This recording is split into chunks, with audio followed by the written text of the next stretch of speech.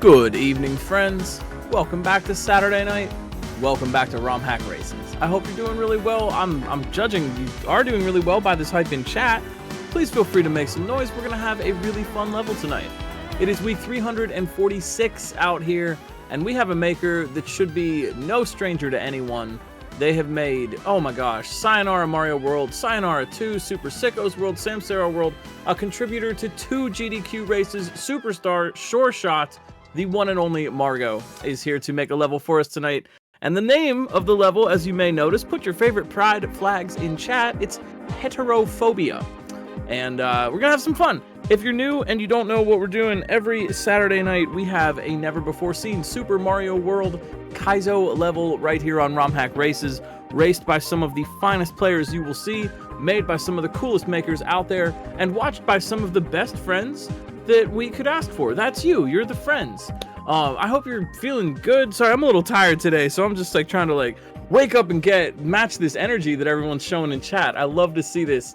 So the level, of course, we're gonna race the level. The racers don't know anything about it, but they do know difficulty rankings that were given to the level by the testers who played it throughout the week.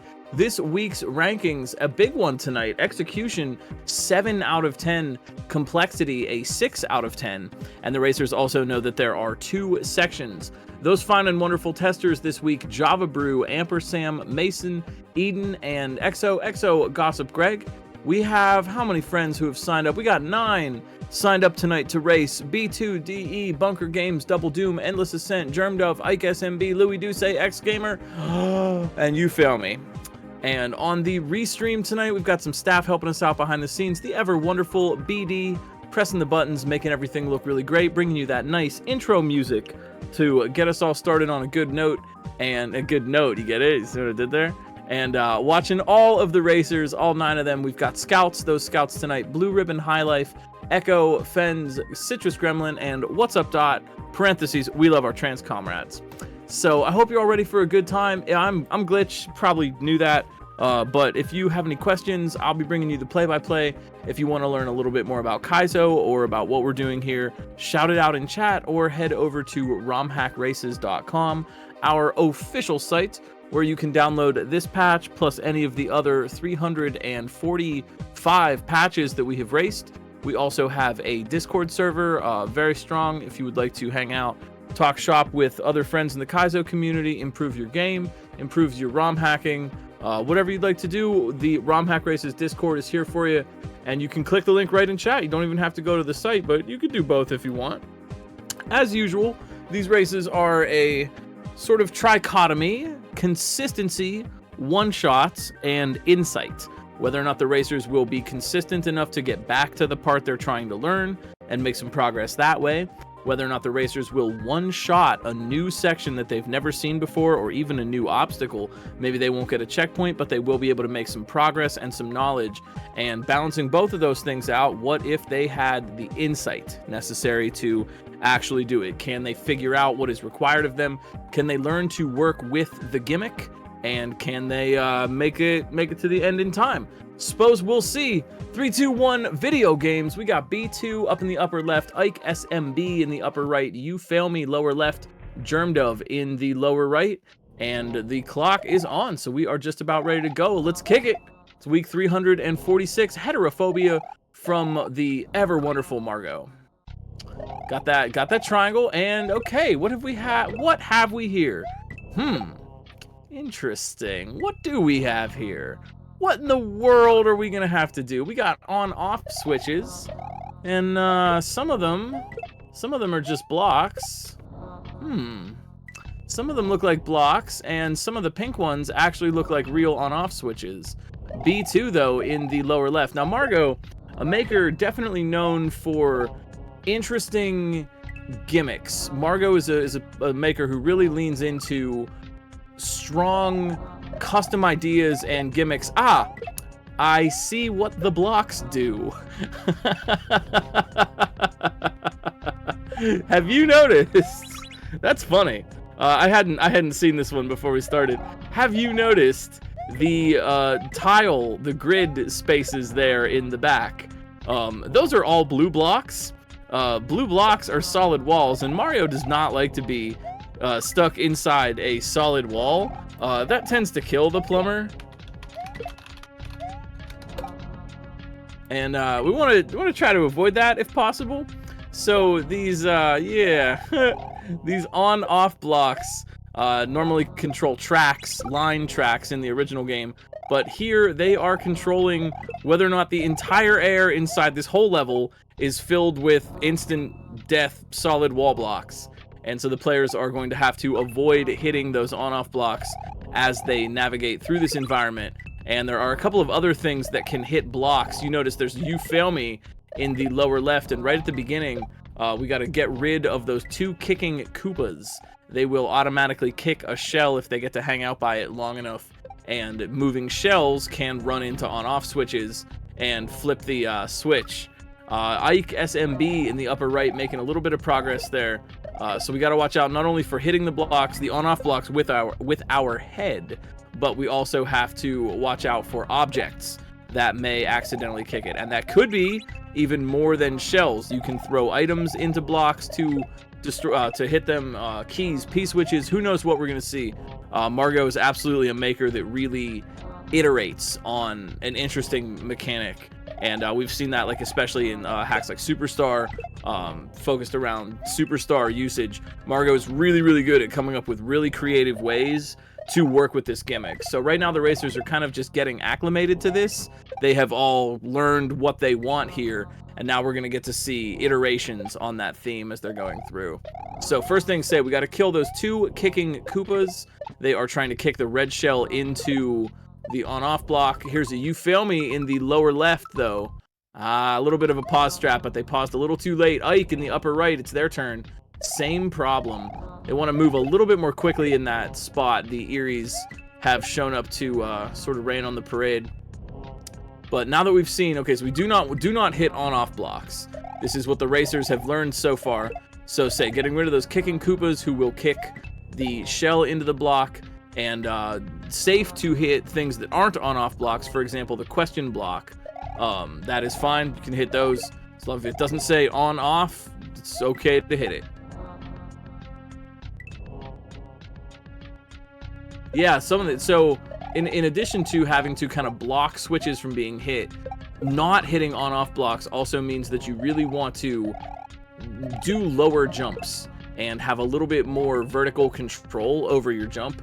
That could be a big regrab. That could also just be even the 2-frame spin. If you press spin or jump for at least, well, at most 2 frames, you do the smallest possible jump. I don't think a 2-frame is required here. It's not. Visually, it's not. But you definitely don't want to hold the jump button too long, go too high as we're getting over those shifting holes in the ground. So you'll see some of the racers using spin jumps, even though they're not actually landing on something with a spin. For example, you could spin jump onto a fuzzy or a saw, as we know, but spin jumps are lower by default. Even a full spin jump is lower than a full regular jump. And so sometimes it's good policy to use a spin jump even when you don't need to land on something with a spin, because it's lower by default. If you're trying to keep your jump vertical a little bit down, then use a spin. It's by default a little bit lower, might keep you a little safer.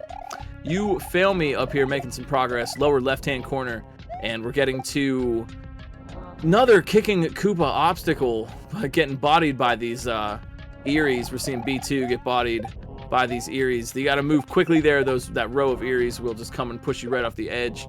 And yeah, learning You Fail Me in the upper left. Look out. Oh dear. So hitting that on-off block on the way up, but You Fail Me gaining a little bit of consistency here. For the second kicking Koopa, we want to activate the outlined Kaizo block that is sitting there. That kicking Koopa will normally kick the shell right into an on-off block. You don't have time to stop it, so you create a brown block with the on-off block, and then the shell slides the kicking Koopa into the pit. Kicking Koopas kind of get a little bit of a recoil from shells when they touch them, and that's what's sliding that shell off. You can see it on Ike's screen, and Germdove just getting ready to try that same obstacle. So we want to get the shell into that pit, and obviously black death blocks will still kill the plumber. And there's B2 in the upper left making it through there. B2, Oh, yo, B2 on a read right now. Oh, that looked good.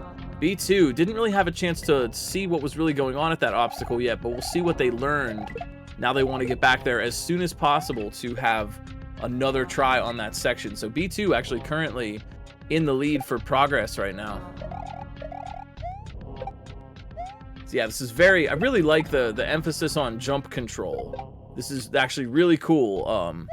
Sometimes it's the spikes that will kill you, and sometimes you just don't want to hit the ceiling for some other reason. And we know the reason. You fail me trying to get consistent, though. Right now, the goal is get past the Eries. That big line of ghostly Eries. Is it just me, or Eries, or are Eries, do they look like the ghosts of dead Yoshis? Because I kind of think they look like Yoshi ghosts. You know what I mean? They have the same little face. I always kind of wondered that. You fail me. Oh, you fail me. Whoa, big read in the upper right. And I think they kind of surprised themselves. They look like they just kind of like, whoa, that's what you do. So that's drawing on a really interesting property. And again, we're seeing that iteration from Margot. She is just fantastic at really just getting the most out of these gimmicks and picking gimmicks that are really interesting and iterative. In that obstacle from You Fail Me, we're seeing a little bit of an interesting property in SMW, which is, yeah, there can be 4 turn blocks spinning at one time. Yellow rotating blocks, they are in the vanilla game, and when you hit one, it starts to rotate for a limited amount of time. You can pass through it. It's no longer solid while it's rotating. But the game there can only be 4. And in this case, yo, You Fail Me, hold up, I'll tell you in a minute. You Fail Me, getting through that 2 shots. That's that consistency really coming into play. Here's B2's turn in the upper right. Can they pull it off? So close. Oh, man. You Fail Me, making it to the checkpoint. B2, 1 death behind. But there can only be 4 turn blocks rotating at one time. And so by hitting all 4 turn blocks down below, that flips the turn block above. It flips it off and makes sure that the Koopa kicking the shell will not kick the shell into the on-off switch. Sorry if this is going kind of fast. If I haven't covered something, if you want to learn more, please feel free to ask. I was kind of trying to prep for commentary for a Margot level tonight, because I know it's like there's gonna be a wild gimmick and there's gonna be a lot to explain. So if I'm not making sense, please just ask. We'll get you caught up to speed. I'm trying to gear the commentary specifically for people who might not be as familiar with Kaizo things. I assume some of you already know, oh yeah, 4 turn blocks rotating. Of course, I know that. But if you do, then consider yourself smart. Ike, oh, so close, buddy, so close. Ike and B2 with really good chances at the checkpoint, but You Fail Me right now has a bit of an opportunity here. They are the only one on the checkpoint currently, and this is just allowing them to learn faster than everyone else. Everyone else that gets here will have to learn these same things. Right now, You Fail Me has a chance to kind of run unopposed. So dodging this Boo laser right now in this 1 tile gap, but interesting conundrum. They can fall onto that fuzzy, but how are they gonna do that? Yeah, here's You Fail Me. Yes, of course. The gray on-off blocks are floor. You can stand on them. They're just solid objects. Oh my. You Fail Me, getting some big reads here and getting through this. So a little bit of precision dodging right now, using the bullet bill down there to get back up once they're down. Ike at that checkpoint. Yes, very, very good. Ike to challenge B2 now on this second section. Remember, 2 sections. But yeah, they want to run through that hallway with the Boo laser, drop down onto the blocks below them, all the while timing their movements with the movements of the fuzzies and the Eries that are coming at them down that hallway. This is the part with Ike and B2 at this, or sorry, Ike and You Fail Me right now at this checkpoint. And B2, oh, excuse me, yo, B2 got it. Excuse me, right there, I looked up for 1 second. B2 has made it. So tight race right now. You Fail Me with a little bit of lead in knowledge, but this is where I think one-shots might really play into someone's favor here. These obstacles are kind of chill when you think about it. You just kind of have to see it and read it. So whether or not You Fail Me can be consistent enough to capitalize on the progress that they've already made, or whether or not B2 and Ike are going to be able to do that a little bit faster, maybe one-shot something and get a little bit of a knowledge lead on You Fail Me right now. Could it be? Yo, B2. Whoa, yo, B2 looking sharp right now, but still jumping up into that second hallway and bopping the on-off switch. We do not want to hit any of them. They're all over the ceiling, and please do not hit any one of them. And that is a tight little jump. It's you really have to have good vertical control, and that's timing how long you are holding the jump button for. This isn't necessarily a regrab situation where you want extra horizontal. You want to control exactly how long you're rising for. And here's You Fail Me using some pause strats. But it's not going to help you out that time. You Fail Me, though, pausing when they get to a new section, which would be should be pretty big to get a little bit of extra info, kind of have a chance to think about it.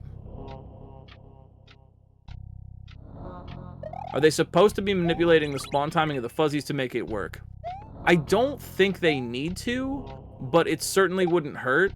I am not exactly sure where and when all the fuzzies spawn in, but it certainly wouldn't hurt if they could get one to spawn a little sooner or a little later, depending on where they want it to be. They start moving as soon as they spawn, so if they could do that to help themselves out, if they notice that and are able to pull that off in the moment, more power to you. I don't believe it's required, but I could be wrong about that.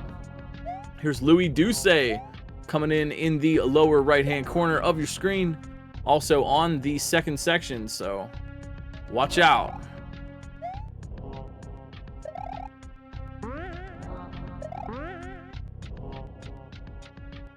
And there's You Fail Me using a spin jump to get up in that hallway. You Fail Me with the pause strats to take a little look at that obstacle, but oh, there was one thing they didn't realize. Very good, though. A one-shot for You Fail Me on that obstacle. 2 sections tonight total. These racers are on the second of 2. And really nice moves from You Fail Me there, pausing to take a look at that situation before just rushing in. And I think that helped get the one-shot. Looks like some people are taking a note from X Gamer, who did a lot of does a lot of pause strats to take a look at things. I think people are realizing, like, hey, that's a good idea. Should try that more, especially in a race situation where a one-shot might really make all the difference. And You Fail Me maintaining that knowledge lead just a little bit.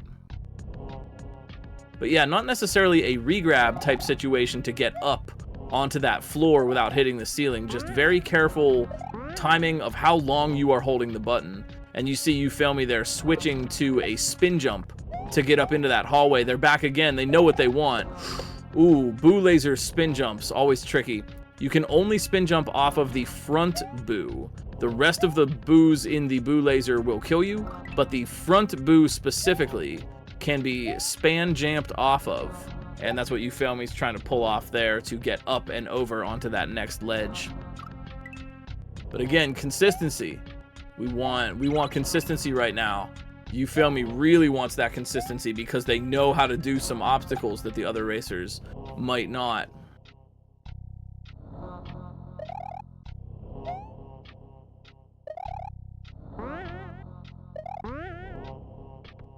You Fail Me in the lower left under that chuck, which is way trickier than they're making it look.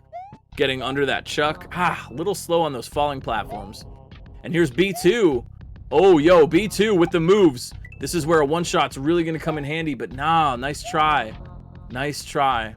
B2 just trying to catch up to Ike, or to You Fail Me right now. I'm trying to keep everybody straight here. Well, not straight, not literally.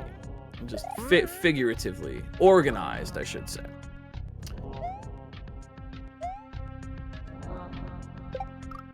But yeah, getting under that chuck is trickier than You Fail Me is making it look right now. I think that the jumping chucks look like little cats. They kind of wiggle and then they pounce, and you want to time your run under that chuck with the timing of that chuck's pounce.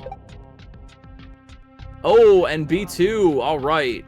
B2 catching up to Ike. B2 and You Fail Me. Man, who is who here? Jeez.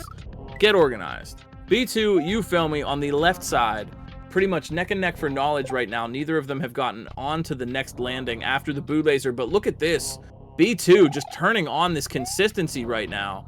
Oh, and even hitting the on-off ceiling hitting the on-off block in the ceiling on purpose to die a little bit quicker and restart the run. They are playing with a mission right now.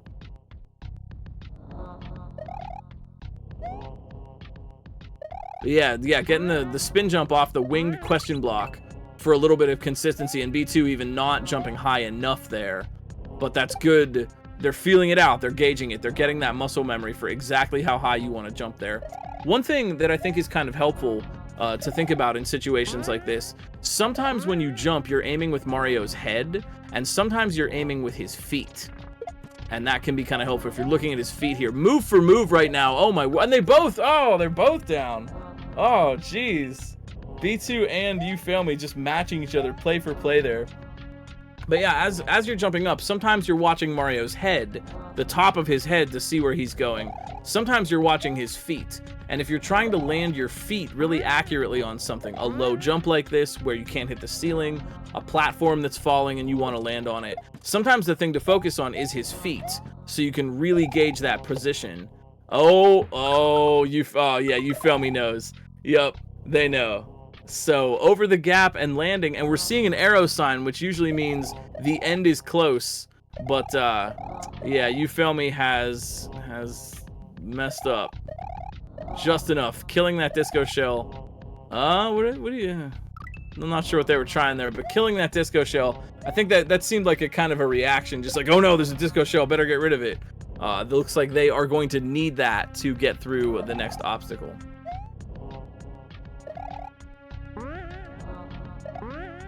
That is true, you're not wrong at all. It's really tough to get on the boo laser cleanly when it's moving downward. Correct, yeah. You really want to land right on, you're actually aiming for sort of the right side of the front boo, because that tail will kill Mario, and you really want to make sure you cleanly hit it. So if you watch You Fail Me, they did it on the last attempt. They are aiming like, they might not always hit it, but they're aiming specifically for the right hand side. You can think of the, like, draw an invisible line down the middle of the boo.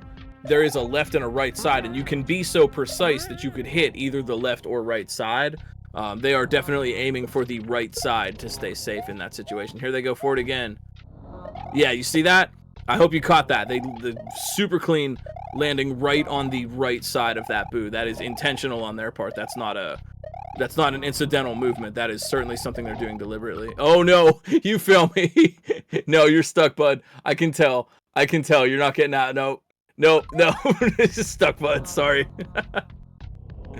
Those pink blocks will allow sprites to pass through them, but not Mario. And so it looks like we're going to be using that disco shell a little bit more as You Fail Me maintains this knowledge lead by just one obstacle, half an obstacle even. But this is where a one-shot could really make the difference for a racer. If they can just get to that disco shell part and recognize that they don't want to kill it. Ike in the upper right-hand corner with a shot. They're going to have a chance at the boo laser if they move on these gray platforms. Ugh. That was a hit more towards the center of the front boo. And, yeah, getting bopped on by that laser. Are they? I don't know. I just call them boo lasers. I feel like that's the community colloquialism for these little things. Is that what they are? Boo snake? What? I don't think they have an official name.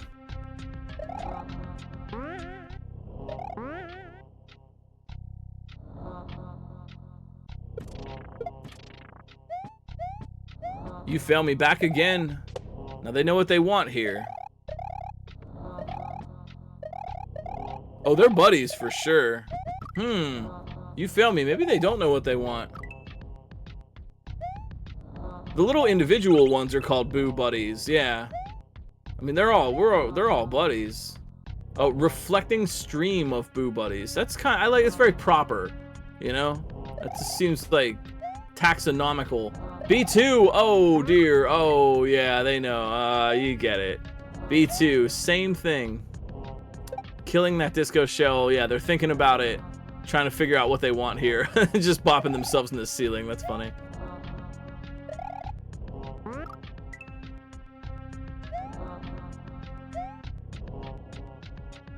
I'm reflecting stream of boo buddies, but all my friends call me Laser.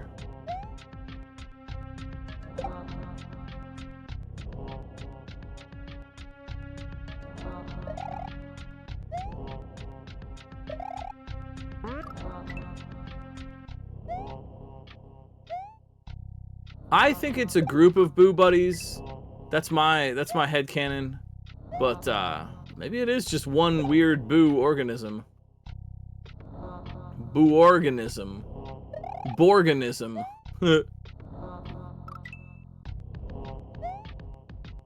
One thing worth mentioning too, and it's coming up on Ike in the upper right, grabbing one of those grab blocks and then turning around and dropping it gently behind you is harder than it seems.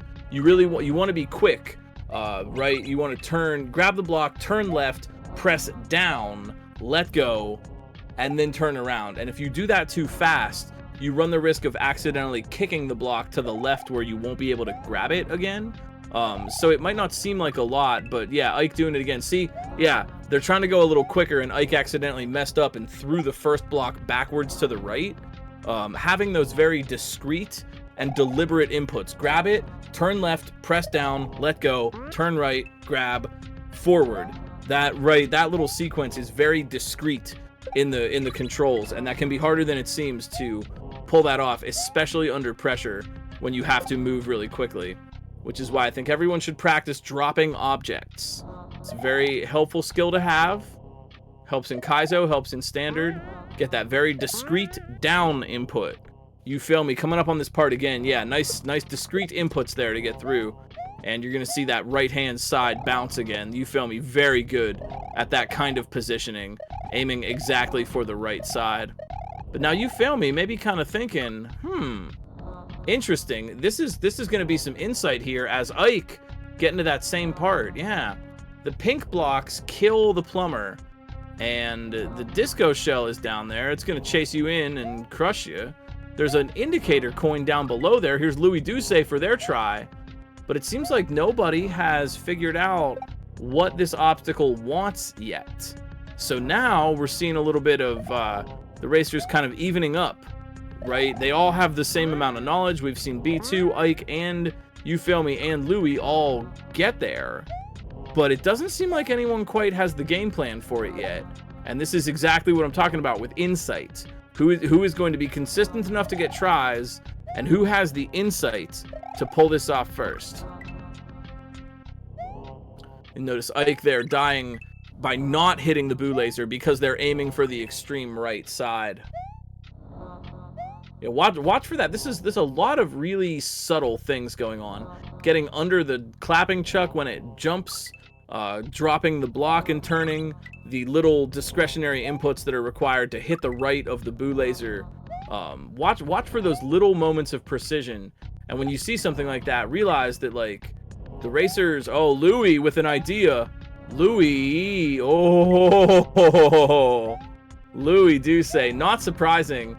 Louis, very, very talented at weird kind of Kuso properties, glitches, and a very creative player. And looks like Ike, too, in the upper right-hand corner has the right idea. Oh, man. Oh, they moved a little too soon. No, I understand what they wanted there. Yeah. So, I don't know. Is this cheese? I think this is what Margot half intended for us. You feel me? Back again for another try, but maybe they're trying something new this time. They're really trying to... Yeah, you feel me? Oh, okay, you feel me with the idea. Yeah, wow, okay. Yep. Yeah, I think I'm willing to bet that is intended. How else would you do it anyway? So, when a turning yellow rotating block stops rotating, if Mario is standing right in front of it, Mario can clip through the floor. And it looks like that's what we want to do there. We want to stand out in front of that rotating block, clip through the floor, and get down onto that platform where the coin is indicating that we go. So some really great insight from all of these racers, and now it is just back to this battle of consistency to get back there soon enough to capitalize on what they know. Oh, yo, you feel me? Back again with a try, but Ike, SMB, right behind. You feel me's down. Ike with a shot at it in the upper right for progress. Ike with the landing. This is brand new. Now. Oh, Oh, Ike. Interesting. So, some more insight is required. Ike now getting down onto that platform. But how are you gonna get up there? And you fail me here for the same shot. They did not get the landing though, so they don't get to learn that. How are you gonna get up there? We see the door. We know that there's 2 sections. It's gotta be close. Sheriff Mouser must be close. But how are we gonna get up to that platform?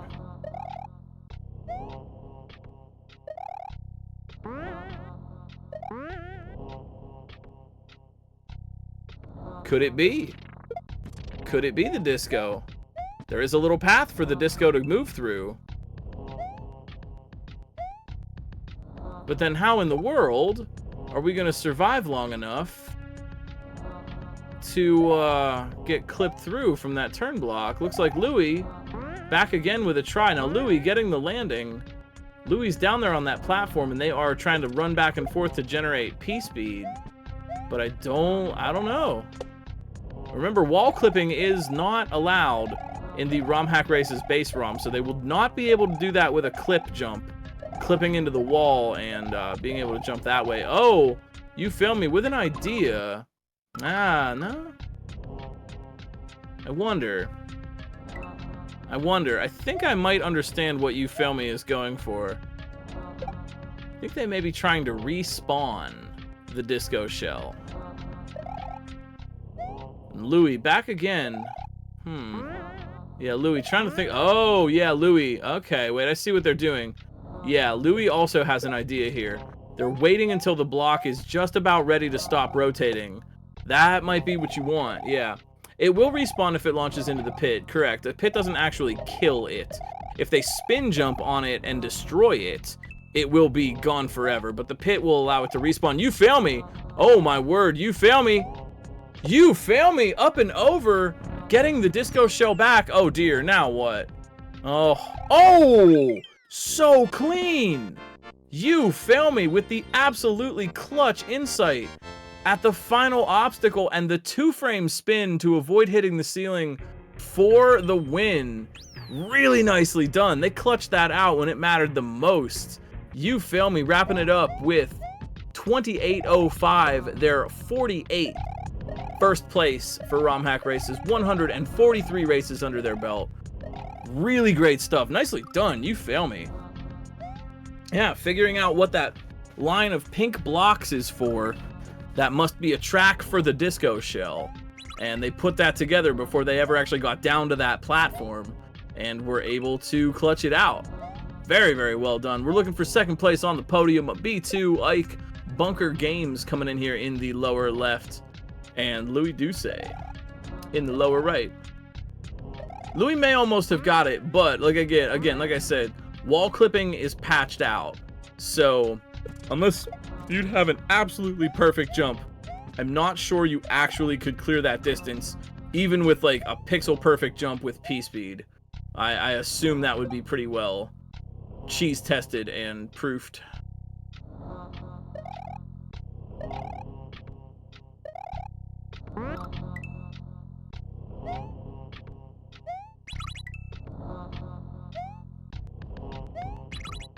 Sub 30 for a 7 execution does feel pretty impressive.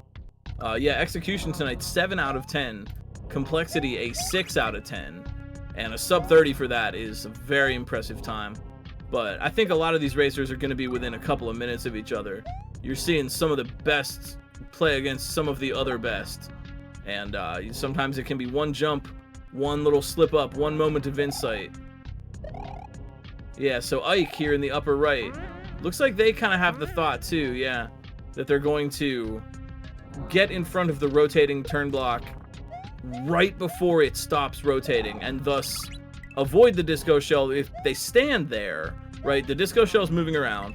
If they stand in front of that block, the disco's just going to come right over and hit them. So they want to get out of the way fast enough to preserve the disco on screen. So we'll see how that pans out for them, but that seems kind of tricky. It's hard to have an intuitive sense of how long a turn block rotates for. I'm sure that there are some Kuso champions among us who have a pretty good intuition for that. I don't, actually, I would say. So there's no timer, there's no visual indicator that the block is about to be done rotating. You kind of just have to either feel out that timing or make movements which are reasonably consistent enough that you know, okay, all I have to do is jump once, twice, 3 times, go and stand there, right? Sometimes when you're doing kind of blind timing like that, it helps to work from known constants. I know that if I jump X number of times, then go, it will always work because your jump is a known constant. It takes a consistent amount of time, and you can consistently do it the same way every time if you just hold the button.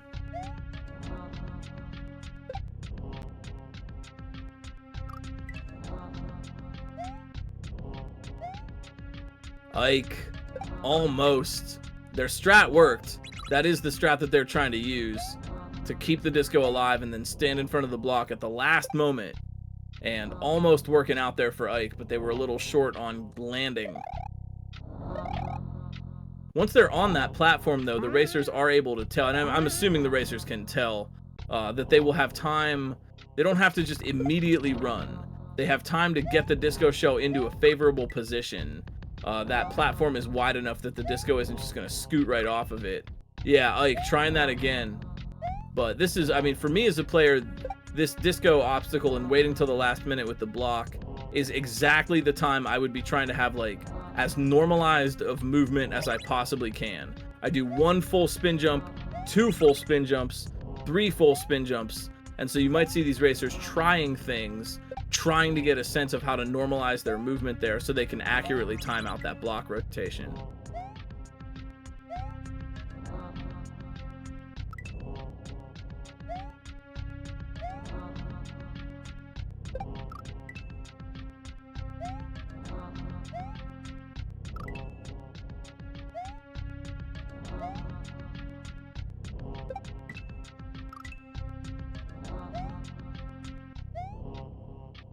Yeah, you don't normally have to have the sense of block rotation. Ooh, yo, oh, Ike. A little bit late on that one. Yeah, you see Ike. Watch as Ike's strats develop. Because I think you're going to see them trying different things and different movement patterns to try to get something consistent there. B2, B2.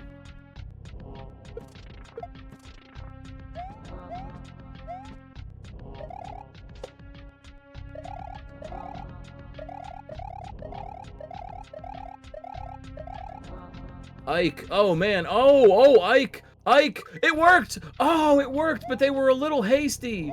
Oh, geez, they were a little hasty on that exit. They got it. They see they had a pattern. They adjusted based on on the pattern they did last.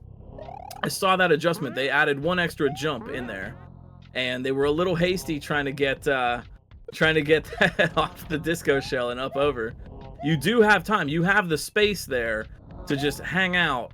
Wait for your moment. The disco shell's not going to go anywhere. It's not going to run off the edge. And they have the space for that, but yep, just a little hasty. Louis Duce now for their try in the lower right-hand corner. Louis. Yeah, Louis taking advantage. See what I mean? Oh, and still, ouch. Did not arrange that disco shell favorably.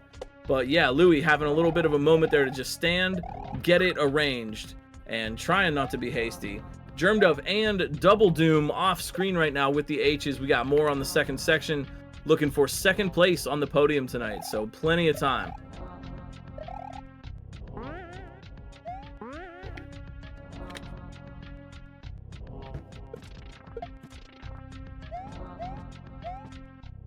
I'm just now noticing I have my speakers kind of down. This music is very, very ominous.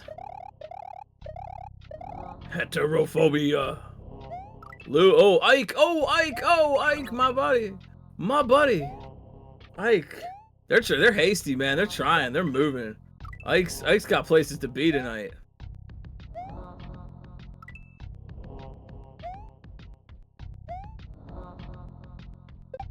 B2, trying that strat. Yeah, B2 trying it. Oh, that timing looked good though, but they were cautious.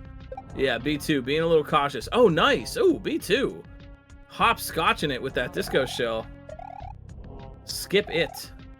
You know the very best thing of all, there's a counter on this ball. So try to beat your very best score. See if you can jump a whole lot more.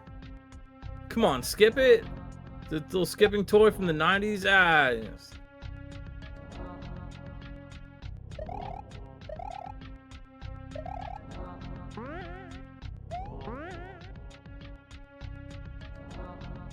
My mind is like 40% Mario facts and like 40% lyrics to commercials from the 90s.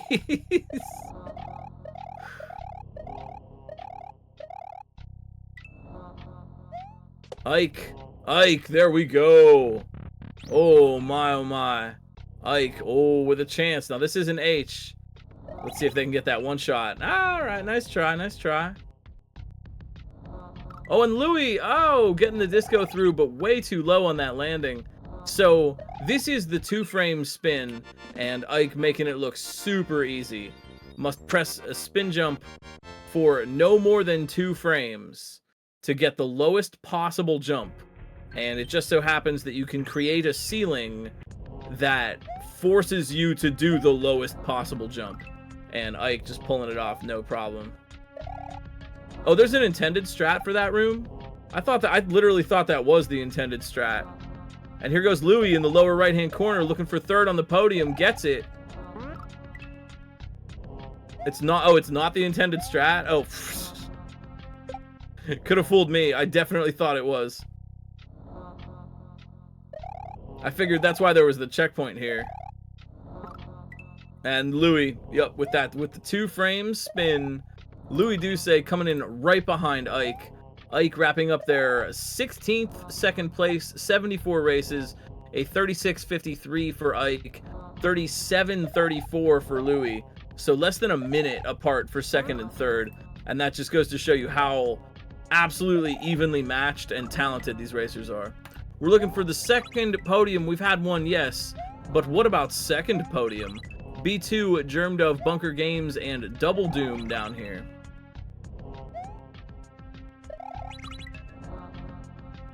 Oh, yeah, okay. Yeah, I understand. I understand the intended strat. But honestly, I think a lot of players are going to look at that and be like, oh, 2-frame spin. Oh, my. You know, I wanted to ask, I feel like I didn't even get to say, chat, how are you doing this evening? I hope you're having a lovely night. I hope you've had a good day and a good weekend so far. I am happy to be off my feet. I've been standing on my feet for feels like 2 days straight. Going to a concert, walking around town today. Man, oh man. But I hope you're feeling comfy and good and enjoying your Saturday here with us on ROM Hack Races. Again, if you have questions or something you want to learn about, ask in chat. We got you. And yeah. And we got you. There wasn't more to that sentence, but I thought there was.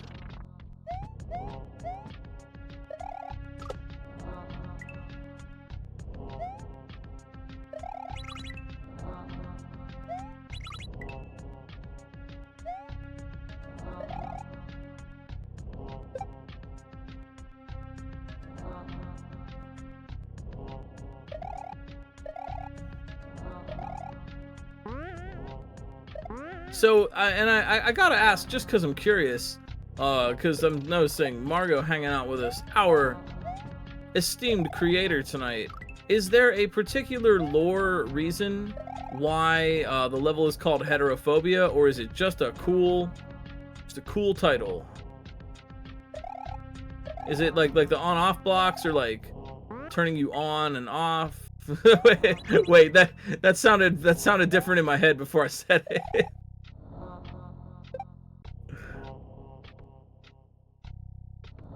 Blocks are turning me off, man. I mean, they turn Mario off.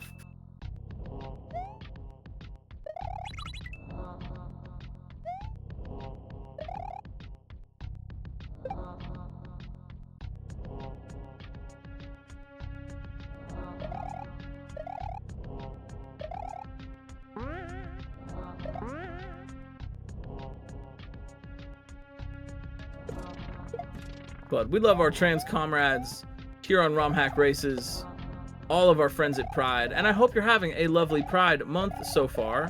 We've got this multicolored rainbow shell. If you have your favorite Pride flag, feel free to put it up in chat.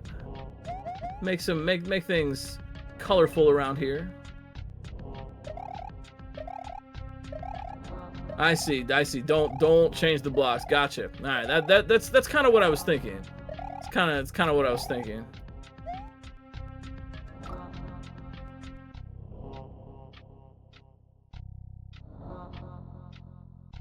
Thank you. Thanks for the lore.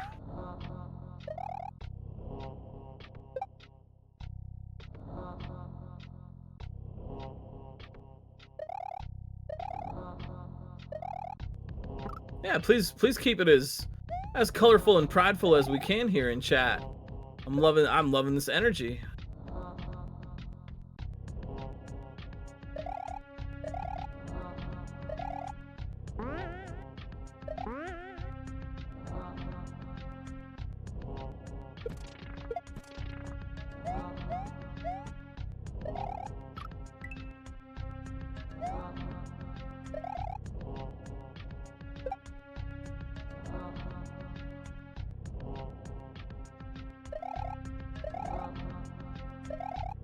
Again, if you have questions or want to learn more, please feel free to ask. I assume at this point, most of everybody understands the gimmicks of this level, so I needn't repeat myself too much. But if you just got here, there's something you want to learn, please feel free, and I'm trying to find other little points of technicality to highlight for everybody. Sometimes these racers make things look so easy that I forget to mention that, like, what they're doing is actually, like, surprisingly technical. Jumping through the boo ring is, I feel like that's kind of par for the course for a lot of these players, but not as easy as you might think it is. You're aiming for a moving target, right? The gap between the boos is moving, so you're jumping through a moving area, and that can be quite tricky.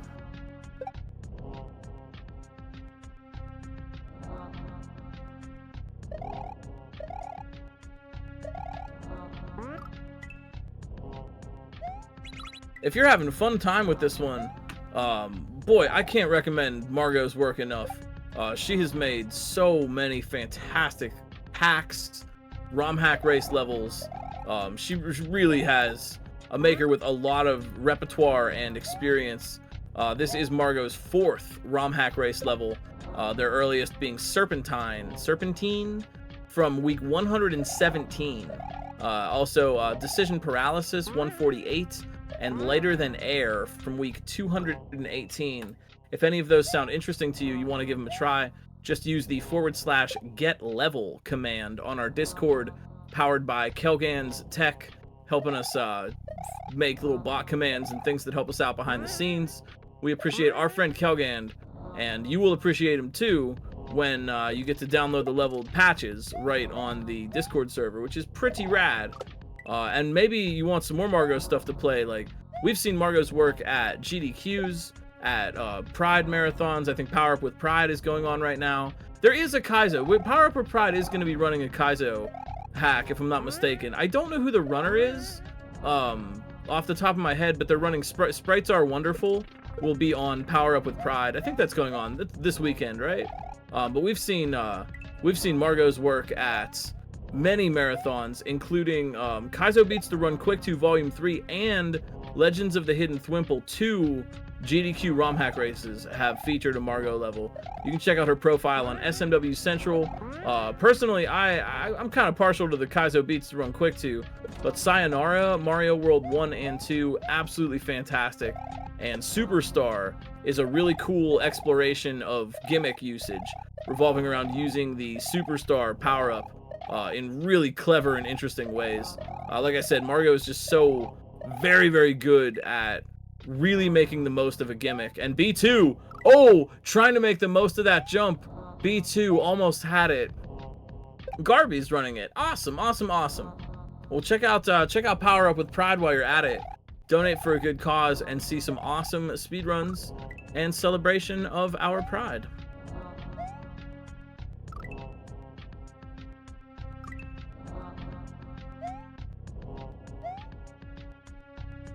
Yeah, thank you, BD. BD, I so appreciate that you remember all of this stuff.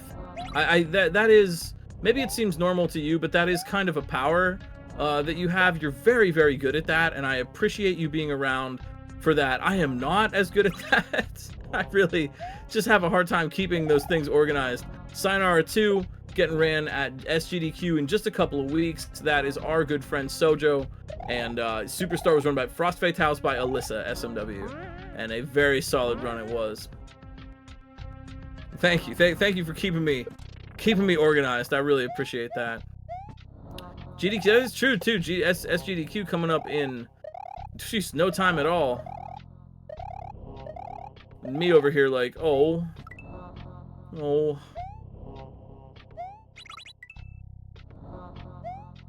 Next week, Alyssa, SMW versus XOXO Gossip Greg. Racing Supersonic Saves the World. All exits for, oh, Sissant Marathon 2. That's clever wordplay.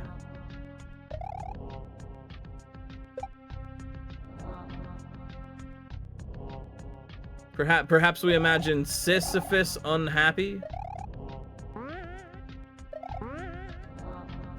I was trying to match that wordplay. I don't know. You tell me how I did. Bunker Games, Double Doom, Germ Dove, B2 right now. Everybody kind of knows what they want for this ending section, but yeah, clipping through this final block at just the right moment is really tricky. B2 kind of working a strat right now that allows them the chance to try again, which I like about this obstacle. You can keep trying this. If you miss the rotation, you can keep trying. Normalized position and movement is really going to make the day. Oh, B2. I don't think they weren't ready for the success there, but that happens to all of us. You like finally get the thing you're trying to get and it's like, oh, whoops, I got it.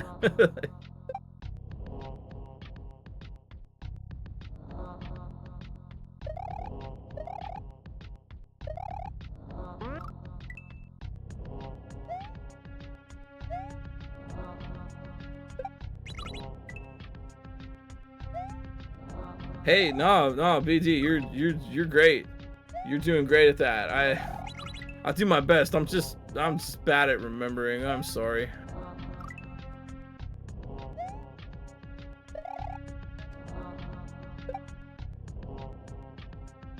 That's something I gotta work on.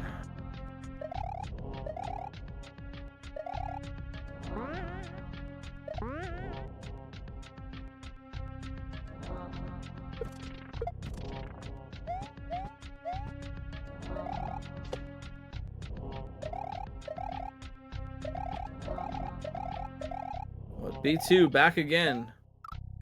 Oh, nice try.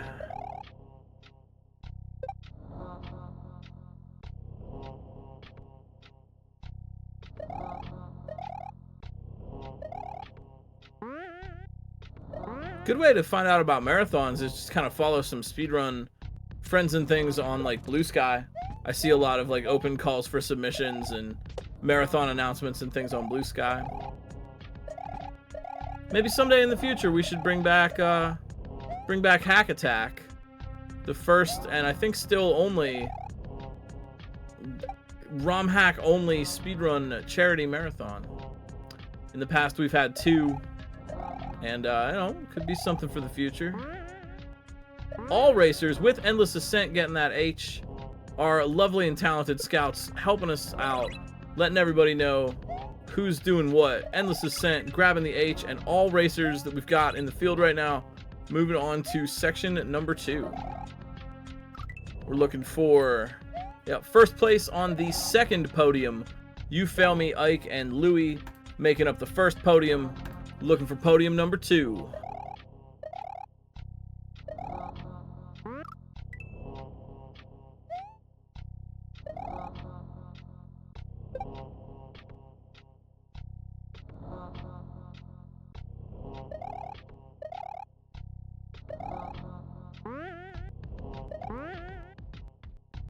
Hyper 1 to 6 race?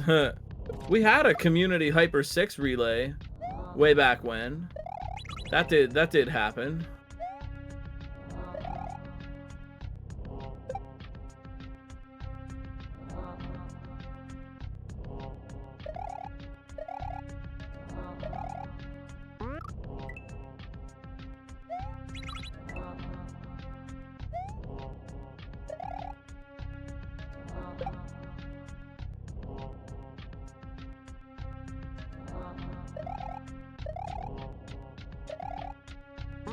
There was a Hyper 6 relay.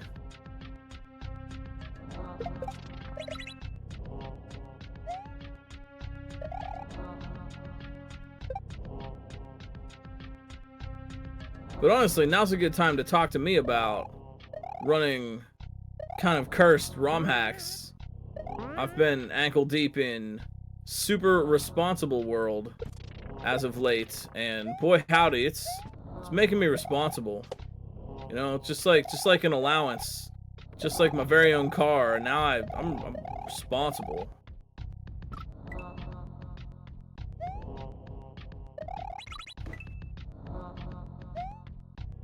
Oh, what are y'all playing tonight? What's good for video games this week? What cartridge have you popped in your metaphorical console? Or literal. Could be.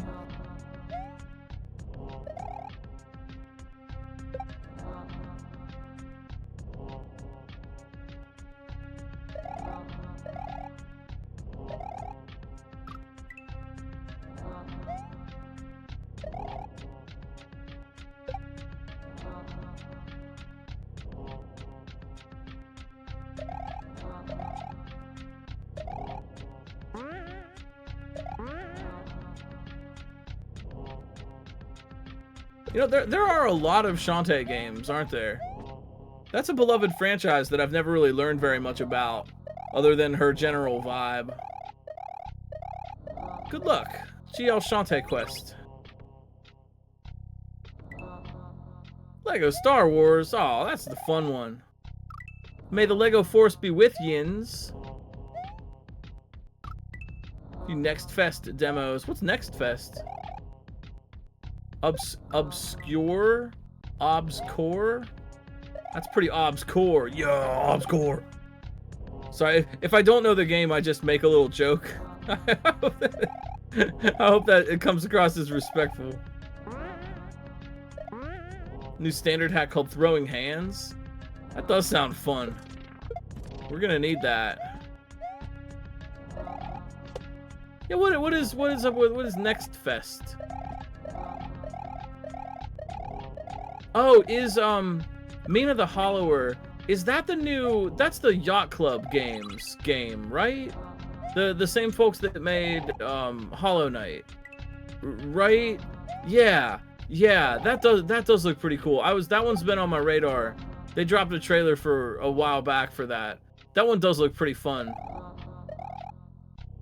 Oh, okay, Steam event dropping, indie devs dropping demos. Nice. Nice. You can tell I don't pay as much attention to Steam as maybe I ought to.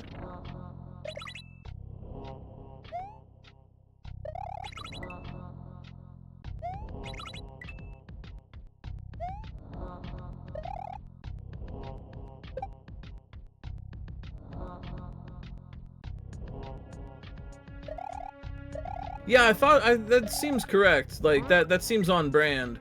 That Mina the Hollower has would have some good speed tech, because I know they like kind of worked with speedrun players and like definitely took feedback from, you know, speedrunners of Hollow Knight. Bunker Games trying to speedrun this ending. Bunker in the lower left.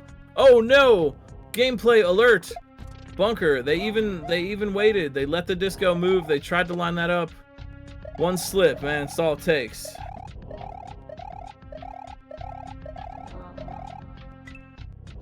Oh, B2 getting down and through, but no landing on that platform.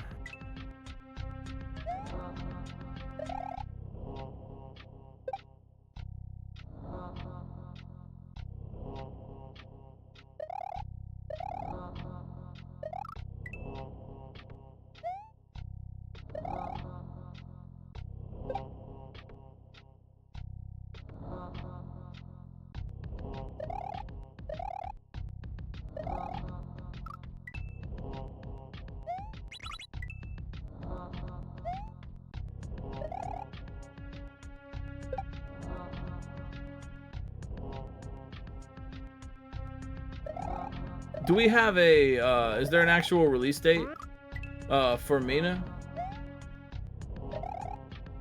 October, oh, cool. Ah, the spooky month.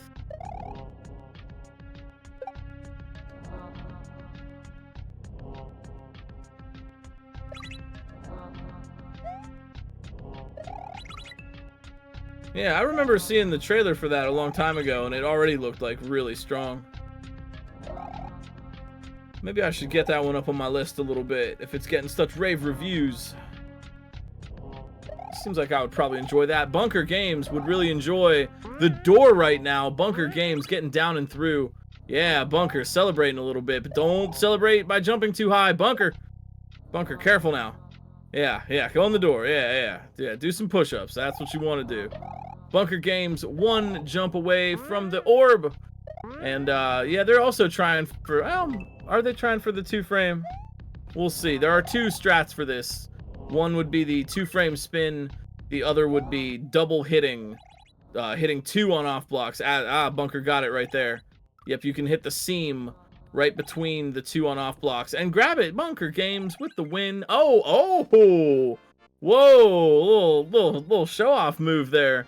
Bunker Games turning the floor off, but grabbing the orb. They freeze the game. They are safe. Bunker Games out of here. Wrapping up their 47th ROM hack race. First place on the 2nd podium tonight. Really well played. GG Bunker.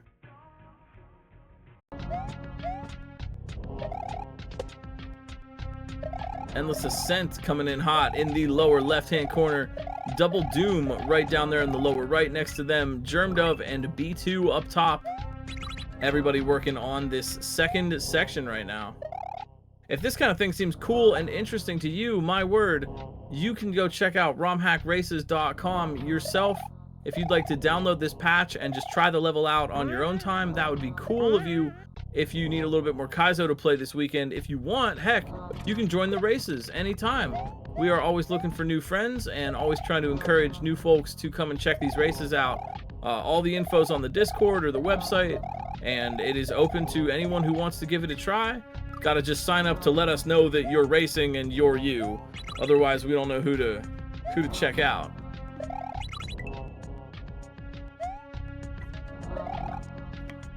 I think we need at least 4 pride emotes for the final 4 racers tonight. We got plenty of time to hang out and cheer our friends on here, but I think we need at least 4 pride emotes. We gotta have at least 4. Something colorful. Okay, that's 2. I'm seeing 2. All right, we can do at least. We got 4, right?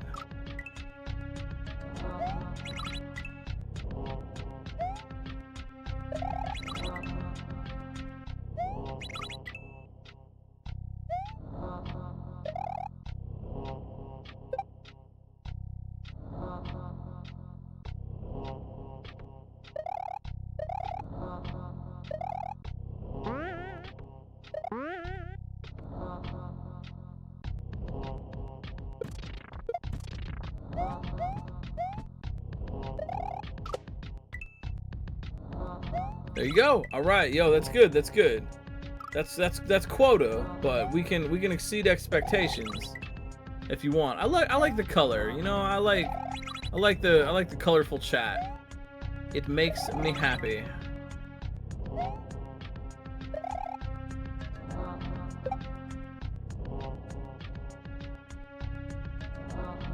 I like that emote. What's that? Who's that? Oh, it's Chambos, yeah. Their the flag changes when they wave it. That's a neat effect. I just like that. It looks all trippy.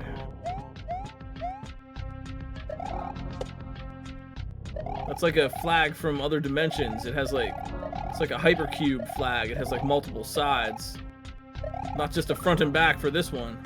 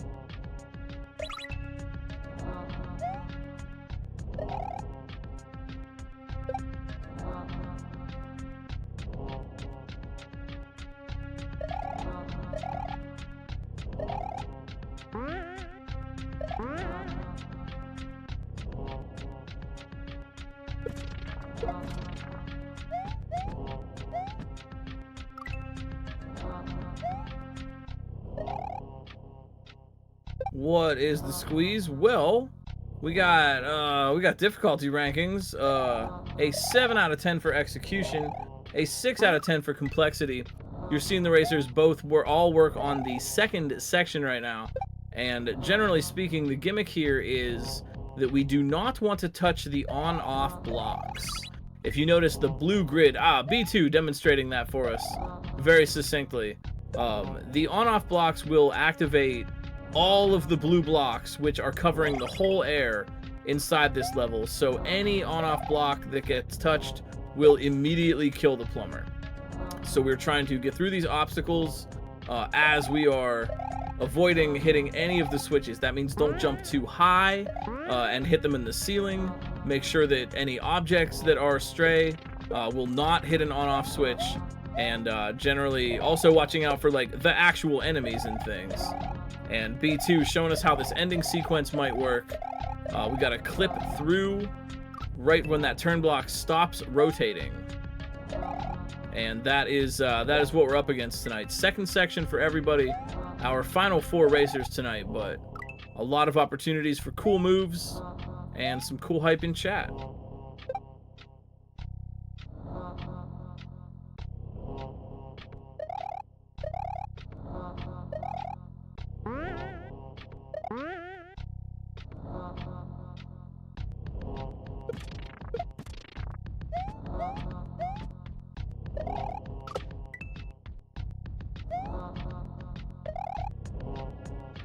Say a lot of these moves, trying to highlight this to show the skill of these racers. You know, a lot of these moves are way more subtle than they look. Getting under the clapping chuck that is jumping, getting through the boo ring, jumping in such a way off the flying question block to not hit the ceiling. These 2 purple turn blocks that B2 is demonstrating for us, turning around and dropping one, and then moving the other one forward, that is a lot more subtle than you might think.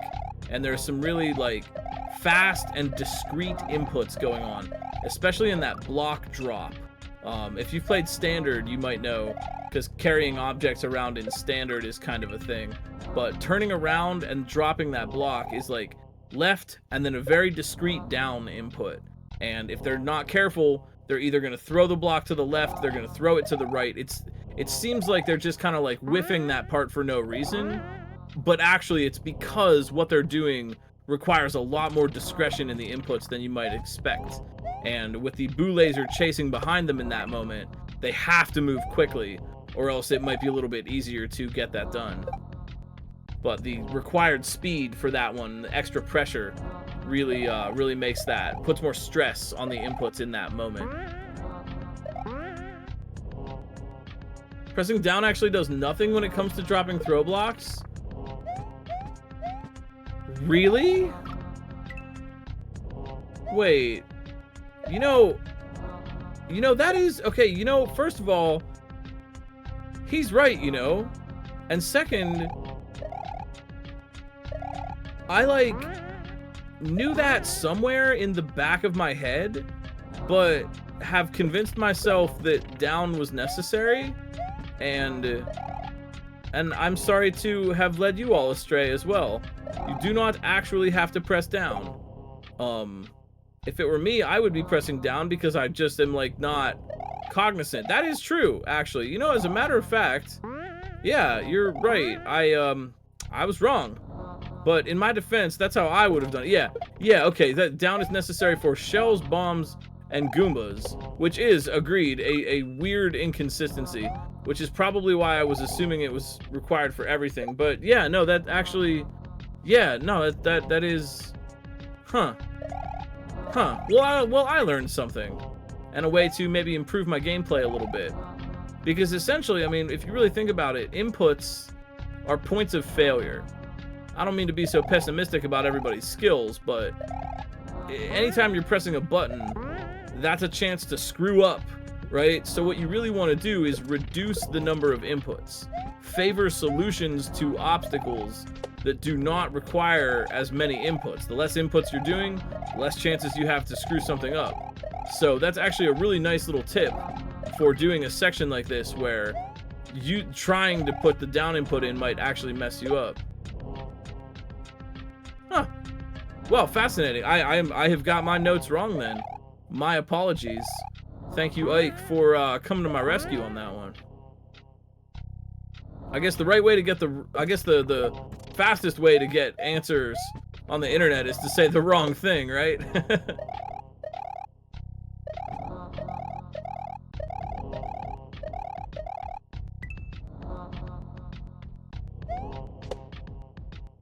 Oh, you know who's doing the right thing, though? B2.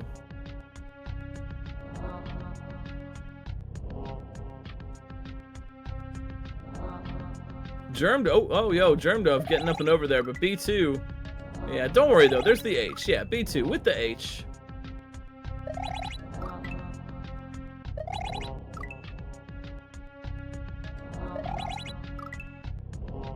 B2, just a hop, skip, and a double hit away. Oh, let's go. Should have not had an H there. That would have changed the game. Yeah. That would have changed the game a little bit. What, B2?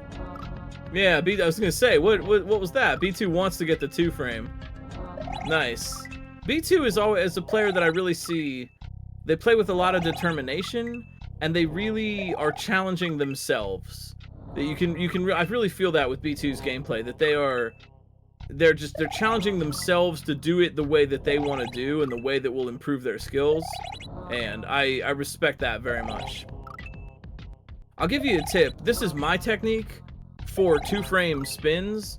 I don't know if this would help anybody else or whatever, if I'm just the weird one that has done this, but for a 2-frame spin, right, like I said, you only want to press the jump button for 2 frames maximum. So you want a super light touch. And what I actually do for 2-frame spins is I take my finger entirely off the button and I literally put just my fingernail on the edge of the button. Like, literally just like my thumbnail right on the edge, and then give it the smallest little flick. And the way to fail a 2-frame spin, in my opinion, is to not do the jump at all. You pressed down the button, you gave it the little flick with your finger, but you didn't actually jump. There's your subtlety, right? You dial it forward rather than backward.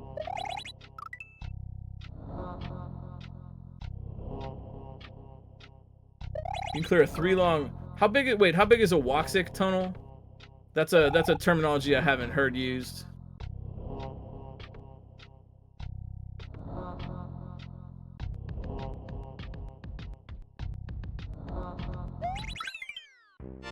Yo, there it is.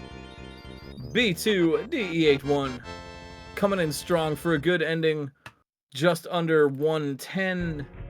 And B2 gonna be taking 2nd place on the 2nd podium tonight, wrapping up their 193rd ROM hack race. Oh, the 2-tile high muncher gap. Gotcha. Yeah, that's I think if I understand what you're saying correctly, like that's the that's like you're kind of re-grabbing the run button. You have walk speed and then you 2-frame and re-grab run in between that. I like that move. I like the kind of forced mid-air run re-grabs that you can get really tricky like that.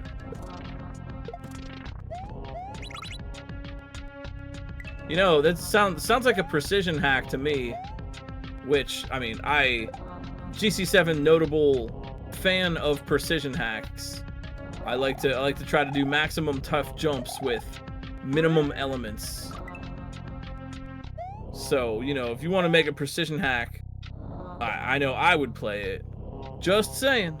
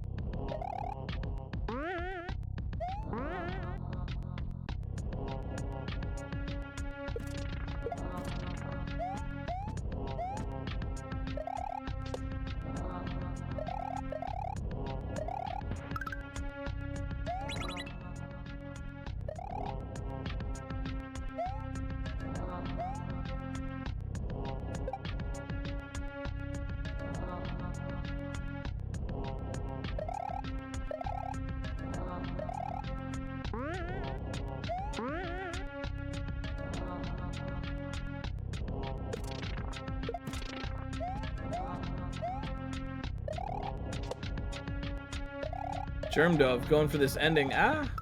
Oh, Germ Dove, they don't know yet. I see. Yeah, I think that looked like a very deliberate disco kill. I'm not sure they knew they wanted that yet.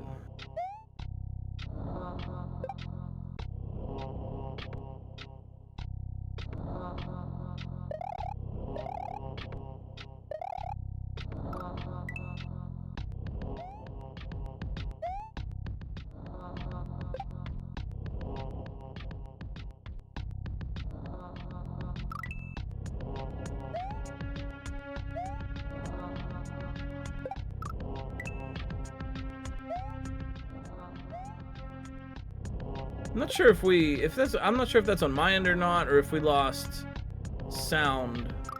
I was bopping to that tune. I'm not sure if that's on my end or not. Yeah, I guess that's on my end. Now I got sound. The false alarm. Yeah, sorry, my bad. We got Double Doom hanging out. We got Germ Dove, Endless Ascent, working on this second section.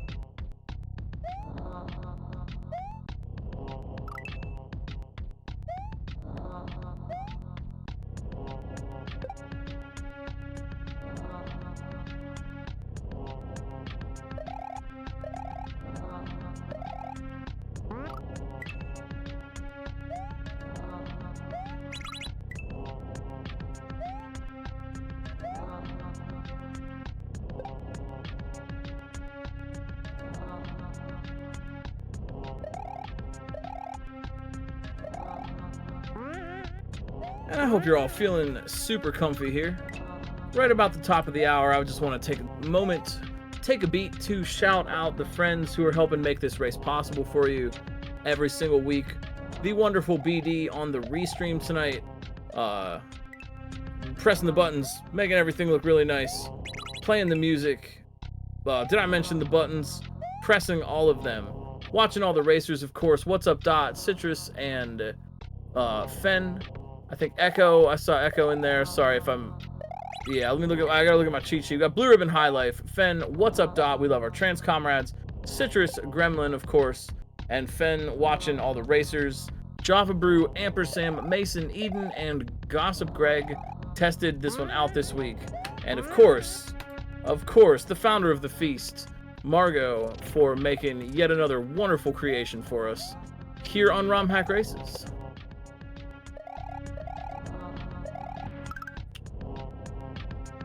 What's up? Oh, you know, just hanging out, commentating some ROM Hack Races. Hanging out here. Nice to get off my feet for a little while. I was standing all night last night at a show, standing around today, and my feet are tired, and I'm glad to sit down. So I'm just enjoying sitting down. It's very comfy.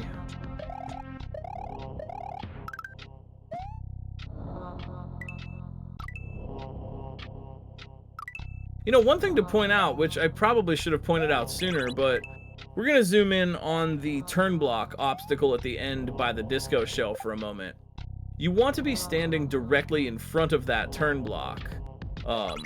And then when you clip through, you want to press right in order to move and land on that platform. You don't want to press right too early. If you do that, you'll just walk out from behind the block and possibly into the pink blocks that kill you. So if you see some racers just kind of fall into the pit, that's not necessarily like a bad way to screw up. They mistimed the right input.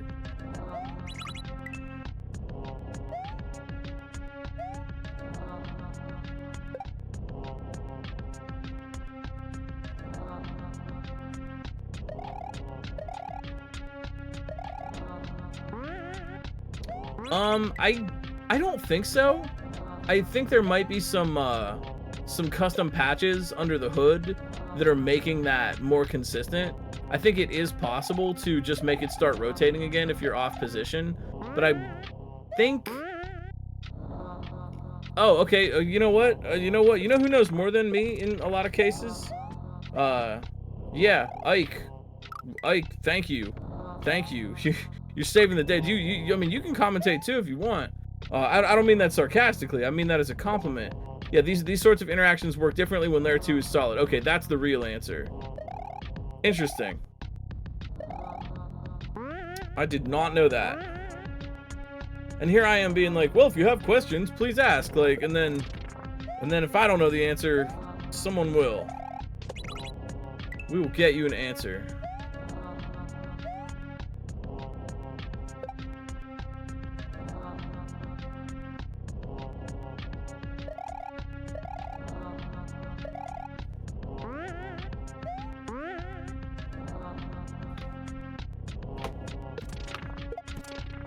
There really are just so many weird little interactions in Kaizo. There are just... The SMW engine is you're studying the laws of physics in a different reality. There are so many weird little caveats and things. And even more so when you take it down and, excuse me, sort of break the game apart in an editor and make situations that never could have occurred in the original game. And through doing that, you really start to see that, like, it's a well-made engine, you know, and there's just all these weird little caveats and things you can learn. I have played this game since 1992, and I am still learning things about it that I did not know before. And that, to me, is a great joy.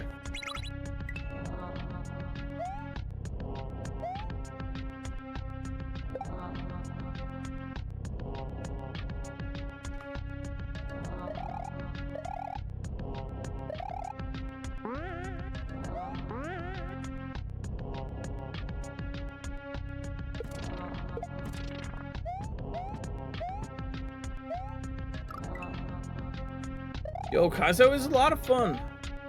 I think it's a great fun, and yeah, it might look difficult or intimidating or whatever, but it's the kind of thing that you can just keep developing your skill at, and I don't know, speaking for myself, I suppose, but it feels really good to be good at it. When everything just kind of works and you're pulling off these tight maneuvers, and it feels kind of effortless, man, it's a nice feeling.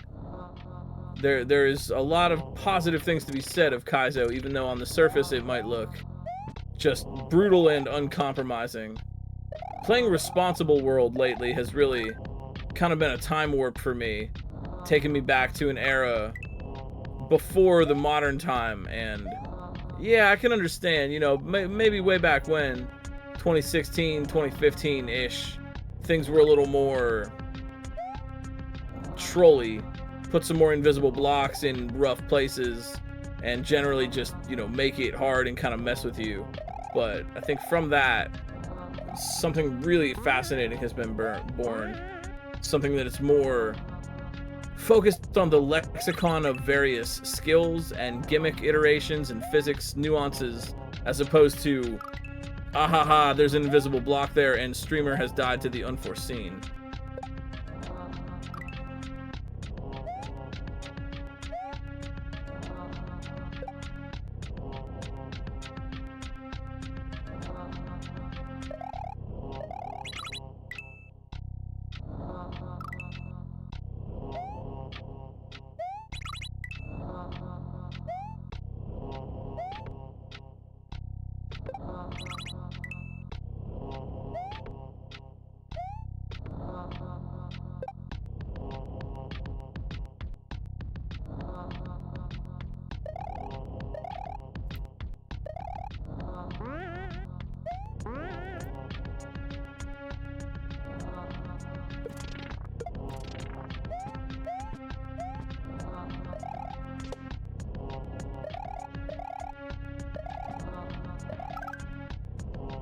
Ooh, Germ Dove.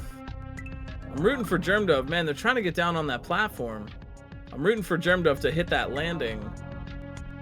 I don't know if because they're deliberately killing that disco shell, and I want them to kind of realize that they want to keep it. But until you get onto that platform, it can be a little...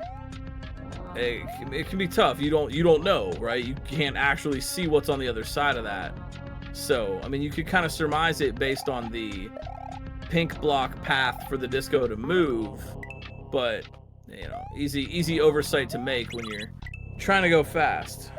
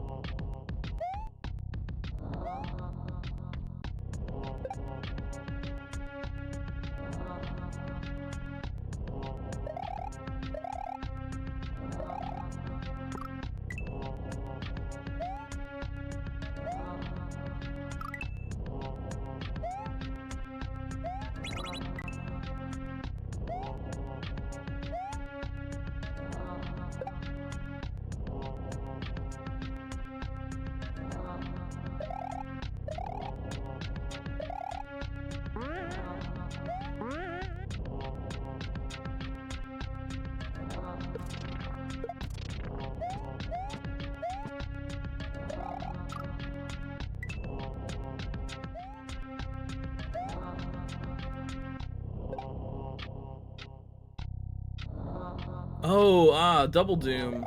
Kind of trying an interesting strat. They were aiming for the back of that boo laser, but only the front can be spun jumped on.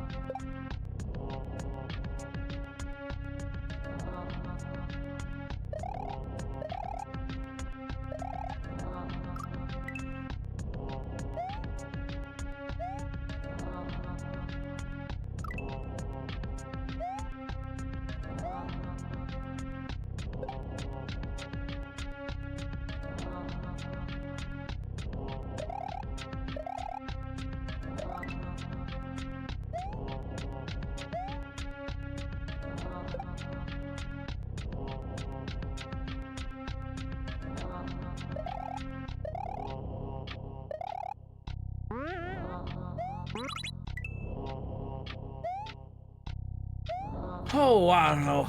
This is a comfy night over here. I hope your weekend is equally comfy.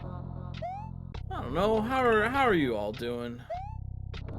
Just hanging out here. Double Doom, Germ Dove, Endless Ascent. Hanging out, cheering on our friends. What's on your mind?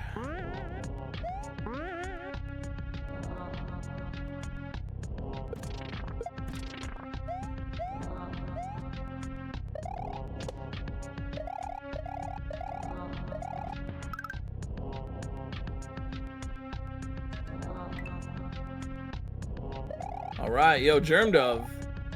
Sticking that platform landing. But, yeah. Now what?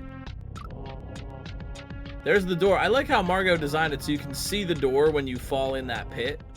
That's very... It's encouraging, and that's good level design. Even though you died, it's telling you, like, there it is. It's right there. So, Germ Dove, taking a second to just kind of think about this, figure out what they're going to do next, but now they've gained some knowledge. And with the consistency that they're already building, that could really help out. Hey, yo, Mithrillionaire, glad you're feeling better. That's great.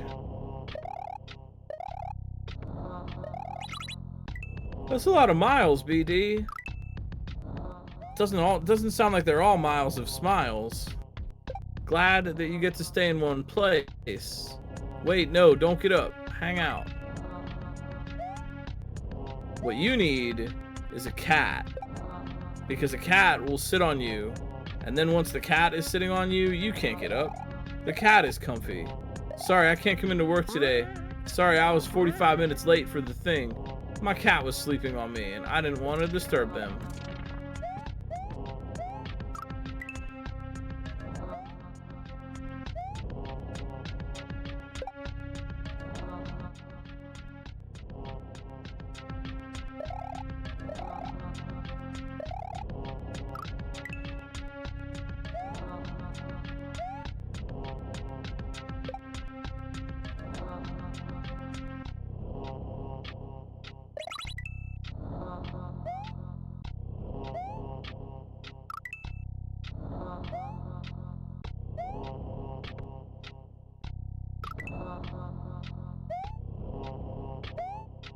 Tired of travel? Just get a cat.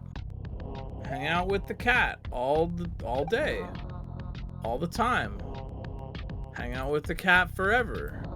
That's what the cat wants.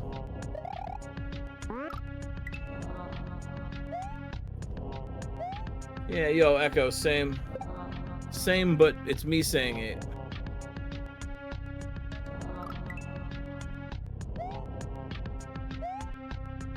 Oops. All fortresses.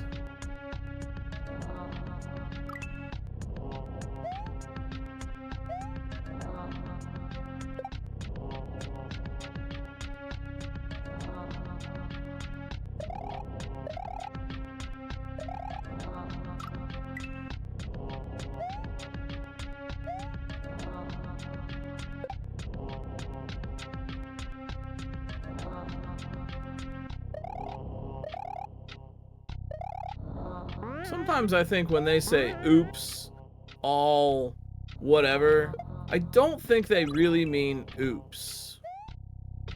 I don't know about you, I just kind of get that hunch. Like, you say oops, but your actions indicate that perhaps you don't mean oops. I know where the joke comes from. It's Captain Crunch's oops all berries. You know? I'm just being silly.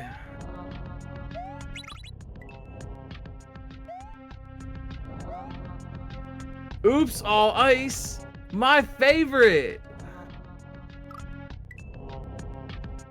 Man, that video lives.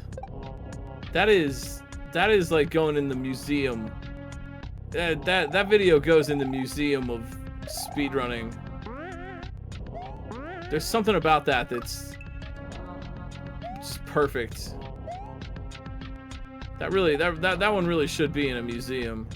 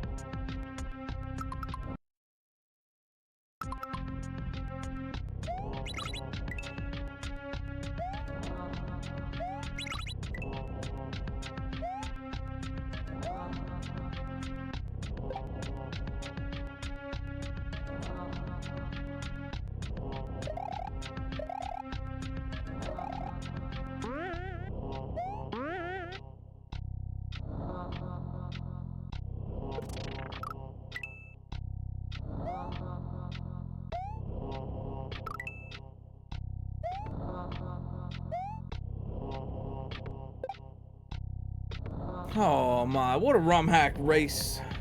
Hey, if you're having fun, want to let you know that you should do yourself a favor.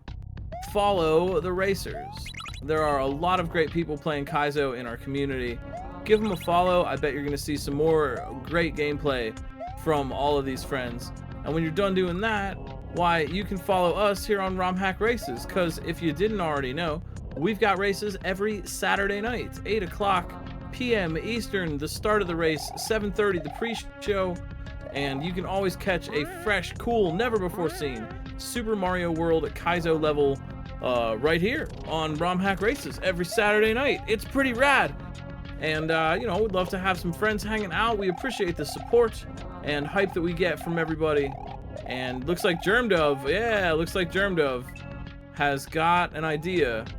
So having landed on that platform, Germdove now knows that, has surmised they know that they want the disco shell down there.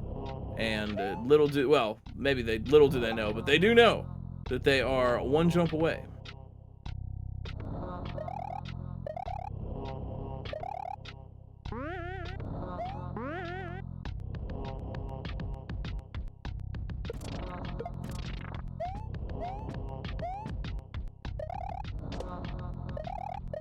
Germdove with really nice consistency here. We could see a quick one from Germdove. Oh my! Oh, and Double Doom getting up to that disco platform as well.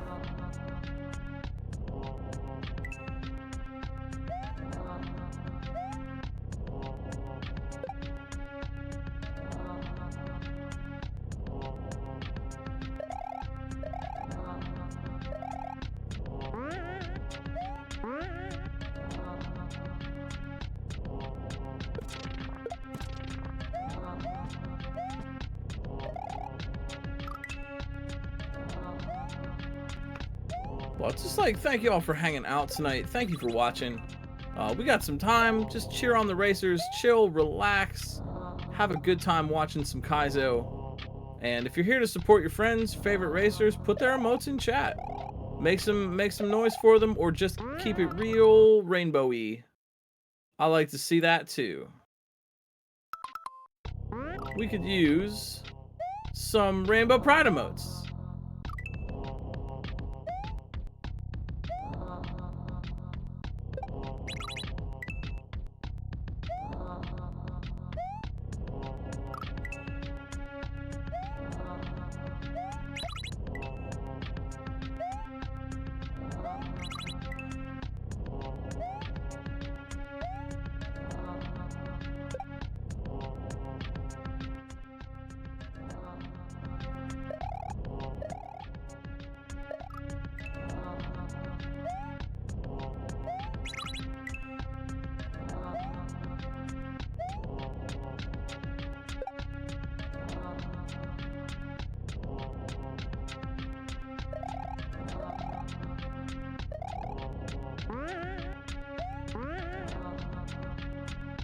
I know this music seems kind of ominous and foreboding, but I also think it feels kind of comfy because it's just got that like little like shaker beat in the back. Tick, tick, tick, tick. You hear it? Now you can't unhear it. But I think that's like, it's kind of comfy. It's like kind of rhythmic, like, yeah.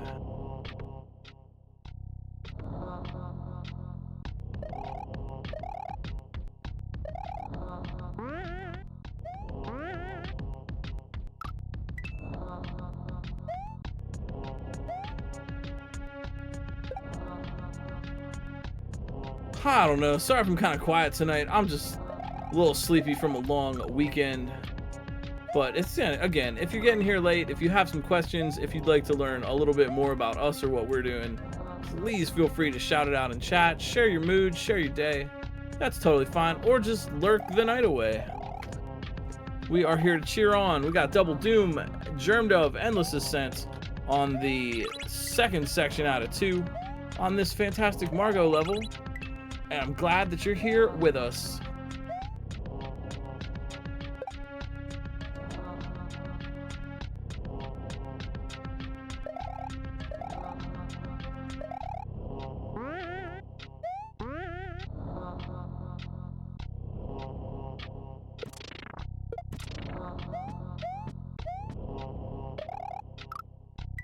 Yo, what's up, what's up? Oh, the low end. Thank you so much for the raid. Hello. Thank you. How's it going? I hope you're doing really well. Welcome in. We got RomHack Races 6 out of 10 7 out of 10 execution, 6 out of 10 complexity, 2 sections tonight on this Margot level. We do not, I repeat, do not want to hit the on-off blocks. They're on the ceiling, they're all around. We do not want to hit them. They will kill the plumber instantaneously by making all the background air blocks into solid blocks. And you really don't want to be in a wall. I mean, I don't know. I don't want to be in a wall. Mario doesn't want to be in a wall. Some cask of Amontillado going on here. Don't get stuck in the wall. That's the moral.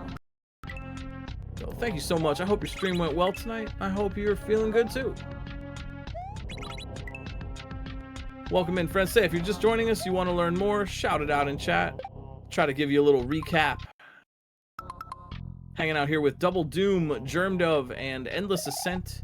Second section all around, our final 3. And they are doing a great job. Working hard, not hardly working.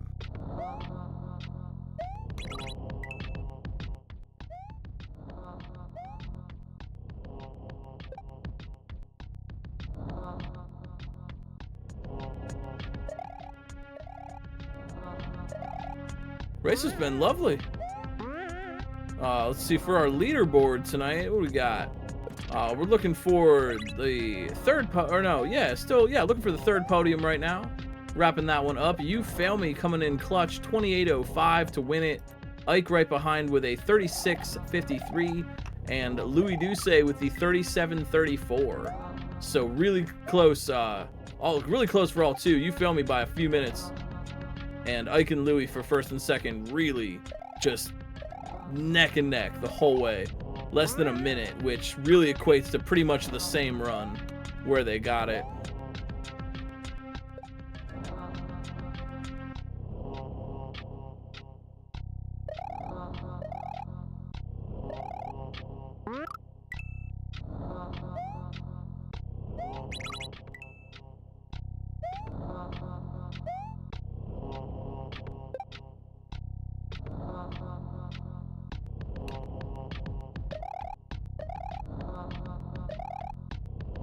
There have been some really close races, and you know, I mean, I like all of them. They're always cool. A narrative always develops in a cool way for cool reasons, but I really like the ones where it's anybody's game right up until the last second.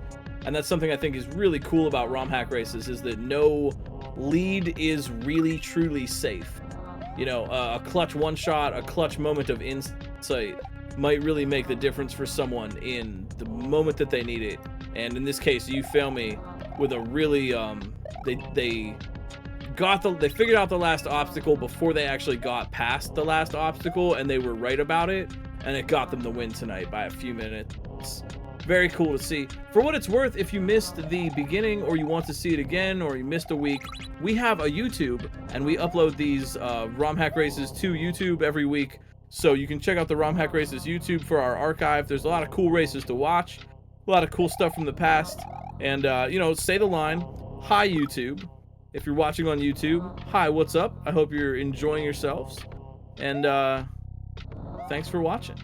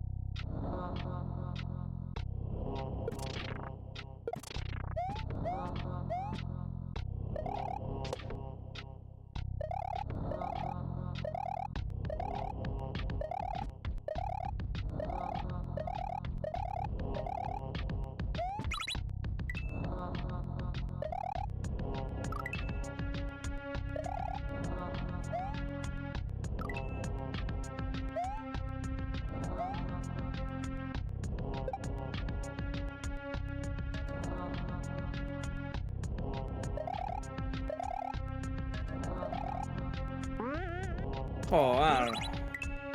Sorry, I'm just a little bit sleepy from a long weekend. Just sitting here vibing.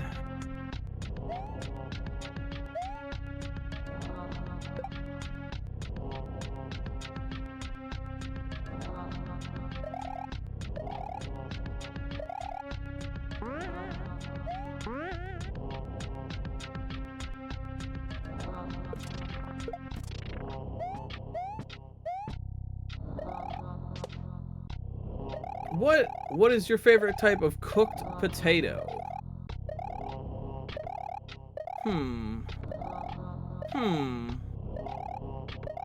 I had some mini pierogies at lunch. Those were pretty good.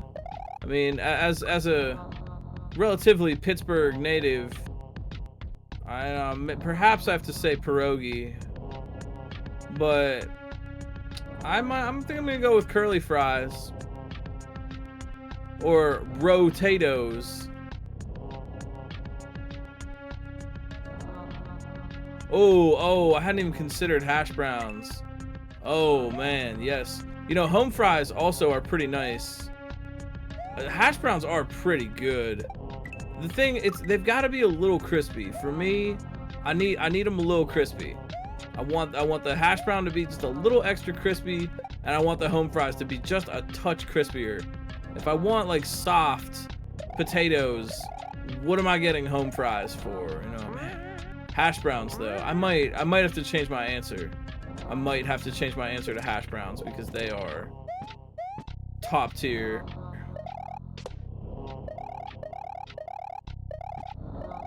There's a place nearby my house that is like one of those kind of kitschy, off the highway kind of diner spots where you wouldn't think that it's anything particularly extraordinary, and they have the most killer breakfast.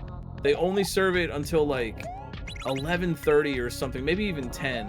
So you have to like get up early and get over there for the breakfast. Man, it is worth it. They're super nice, like classic kind of Americana, bottomless coffee, home fries, ham, steaks, eggs. Oh, geez. Thinking about it right now. What makes it German potato salad as opposed to just regular potato salad? Served warm? That's a little weird, but might be good.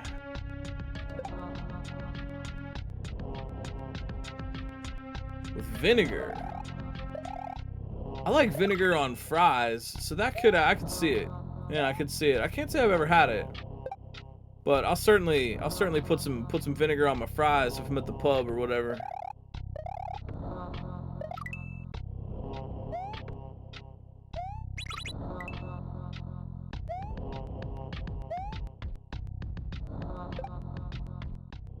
You know, you can get sweet potato fries. I'm talking about potato dish. Get some nice sweet potato fries. Sometimes can be really nice.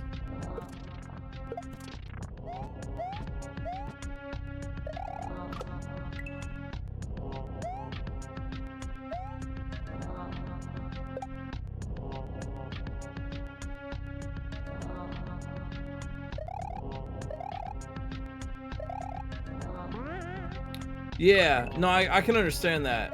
Yeah, they do need, no, I can kind of agree with that. I do like when they're crispy. Crispy with a little extra salt. The sweetness and the salt kind of work together to make you happy.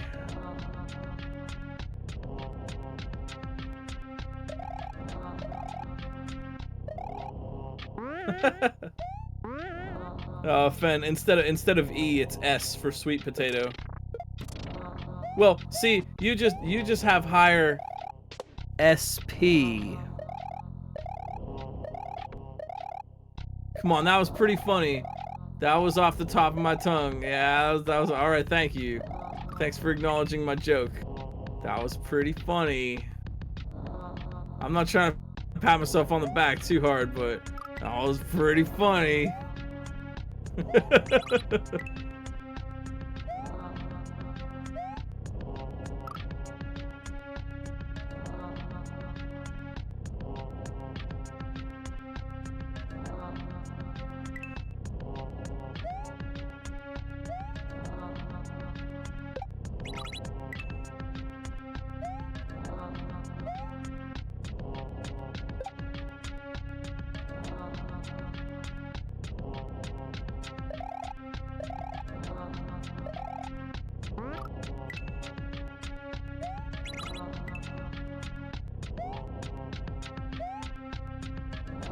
I like that, you know, just like fruits, you know, like some veggies, you kind of gotta cook them or whatever. A potato, you can just get a wedge of it and roast it. You know, like, how do I make this? You know, early humans figuring out how to cook. Like, how do we prepare this thing? Like, any way you want, man. Do whatever you want to it. It's gonna be fire. Just dump some other stuff on it. Put it in the fire. Don't put it in the fire. Whatever, man. Just roast them up. Potatoes are laid back. You know, as far as like preparation methods, you don't have to like do it a certain way. Just do whatever your heart tells you to do. You could boil them, mash them, stick them in a stew. You know, potatoes.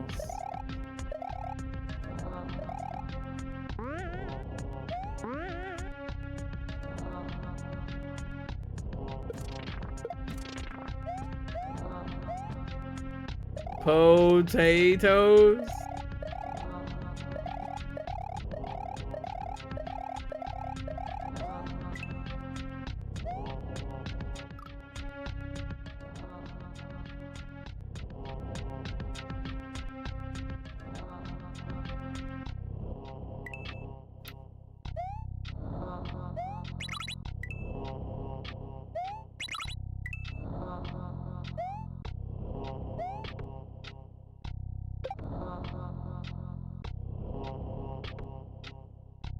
Air fryer potato wedges. I should get an air fryer. I don't have one. I don't have a fryer at all. But I can think of a lot of things I might like to air fry. You know, there's a lot of good fryables out there that I'm not frying. And maybe I could be if I had an air fryer.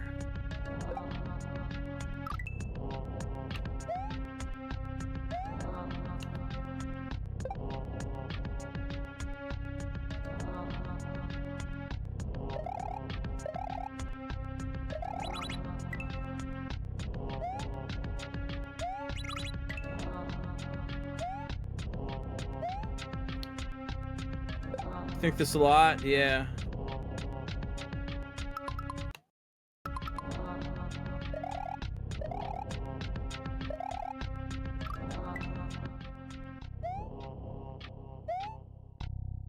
Who knows what kind of delicacies could be unlocked? Oh, you're talking about potatoes. That's what we were discussing our favorite potatoes while we're hanging out here watching Germ Dove, Endless Ascent, and Double Doom work through the second section of this tough level from Margot.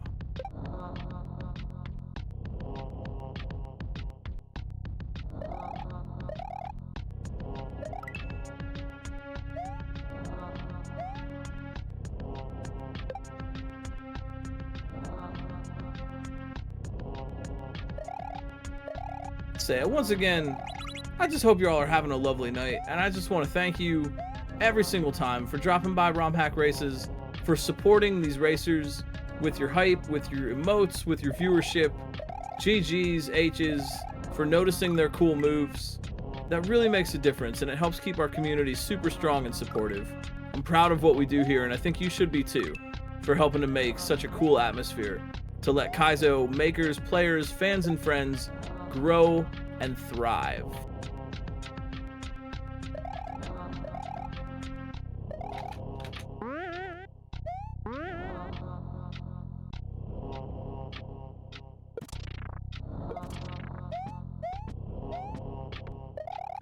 Sex Rex, yep. You know, I mean, Margot is one of those makers that she really just makes a good Kaizo. She can really cook a good potato, if you know what I'm saying. Just really great master of gimmickry, really creative usage of a really far out concept and distilling it down into something that, while challenging, is very readable.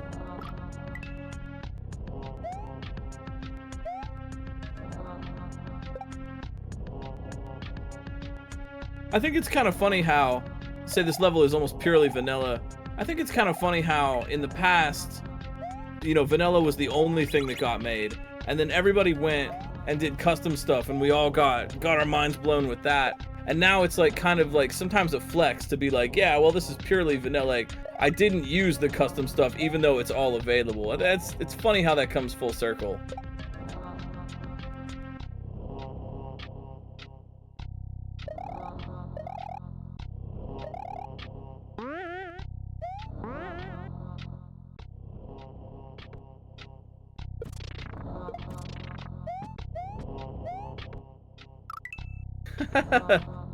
SMW hack, but you can only use things that are in Mario Maker.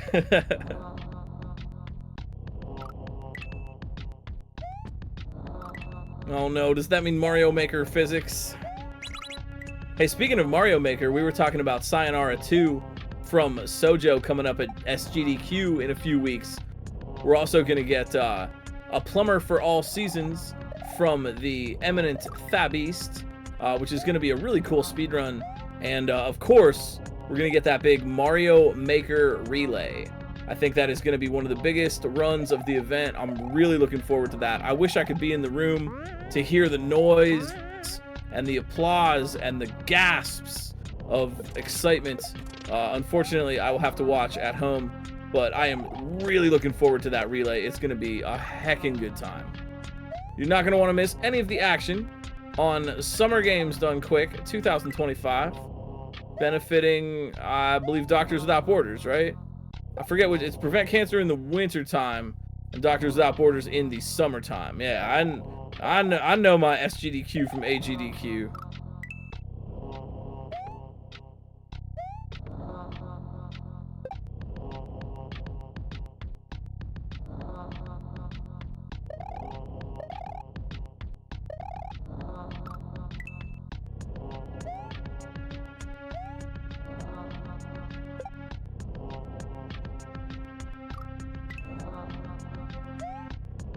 Oh yeah, so excuse me, I forgot. Yeah, we got that Mega Man Maker. I think the first time we've gotten to see Mega Man Maker at a main stage event. So that'll be interesting to see what the Mega Man Maker community has cooked up. I know they do some stuff. There are like some dedicated Mega Man Maker players and creators out there, and I'm really interested to see what they've got.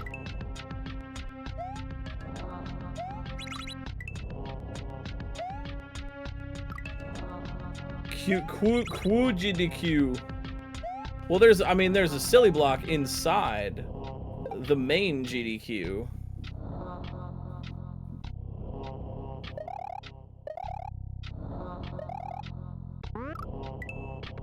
Oh, the Make a Good Mega Man level contest collaborations.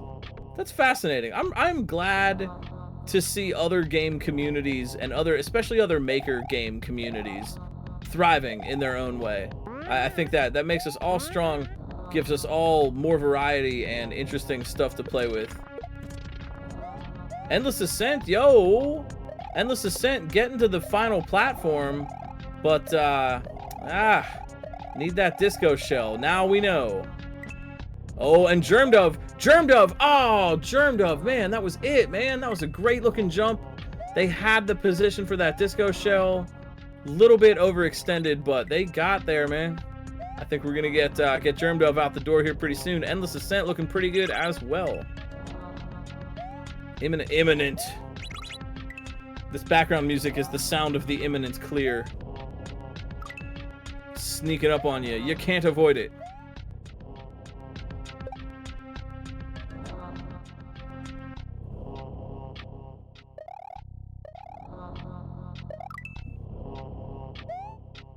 Oh, Double Doom. Ah.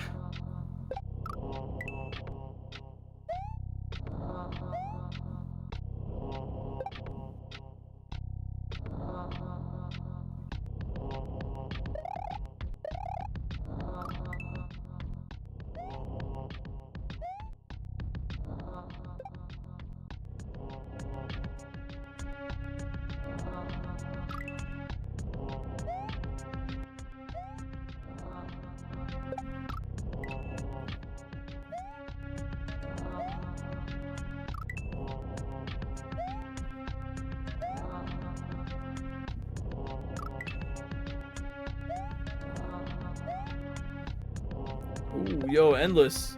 Getting that consistency right back to the end. Well, we are almost at the top of the hour. We schedule about 2 hours a week for these broadcasts, and we're volunteers. So, you know, it's kind of a sleepy weekend for us over here, and I hope you're getting some rest as well.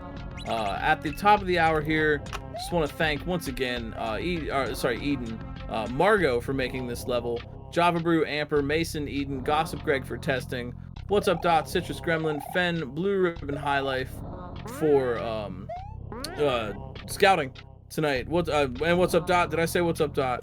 And of course BD for restreaming for us tonight. If you want to learn a little bit more, you can head on over to romhackraces.com. And yeah, don't forget, if you want to check out a little bit of speedrunning this week, we got Power Up with Pride. They are going on right now. I think that's twitch.tv/powerupwithpride. A lovely, beautiful, colorful Pride-themed marathon with a lot of great runners, a lot of awesome skill. I know I'm going to be watching a little bit tonight, and maybe I'll see you over there. But here at the top of the hour, we usually like to raid over to one of our remaining racers. The racers can continue on as much as they want, and we are here to cheer them on and celebrate their determination. So I'm gonna let BD throw the raid over whenever. Oh man, Germdove though, looking real good. Germdove, holy moly! Oh, wait a second. Hold up. At the buzzer beater, Germdove getting in there. Yo, love to see it. Please put some emotes up in chat. Germdove, oh, and an easy 2-frame spin. Germdove for the win, right at the buzzer. Excellent work, well played, Germdove, as usual, wrapping up their 175th ROM hack race. A ton of experience and determination. And all right, so we're gonna throw the raid now over to Double Doom. We got a clear from Germdove. Glad we got to see it, and we will be back next Saturday with another fun ROM hack level. For my community friends, I'll probably see you on Monday. Keep your heads up, keep working hard. Believe in what you're doing, believe in yourselves. Don't forget, you matter, your thoughts matter, your heart matters, your feelings matter. You matter to other people in your lives, you matter to me as human beings, you matter to the internet's #1 Longboy Furret, and the people that matter to you in your lives. Would love to hear from you about that. We know Black Lives Matter, LGBTQIA+ lives matter, Indigenous lives matter, disabled, autistic, and plural lives matter. And catch you all again next time. Thank you so much for watching. Have a great rest of your night. Peace.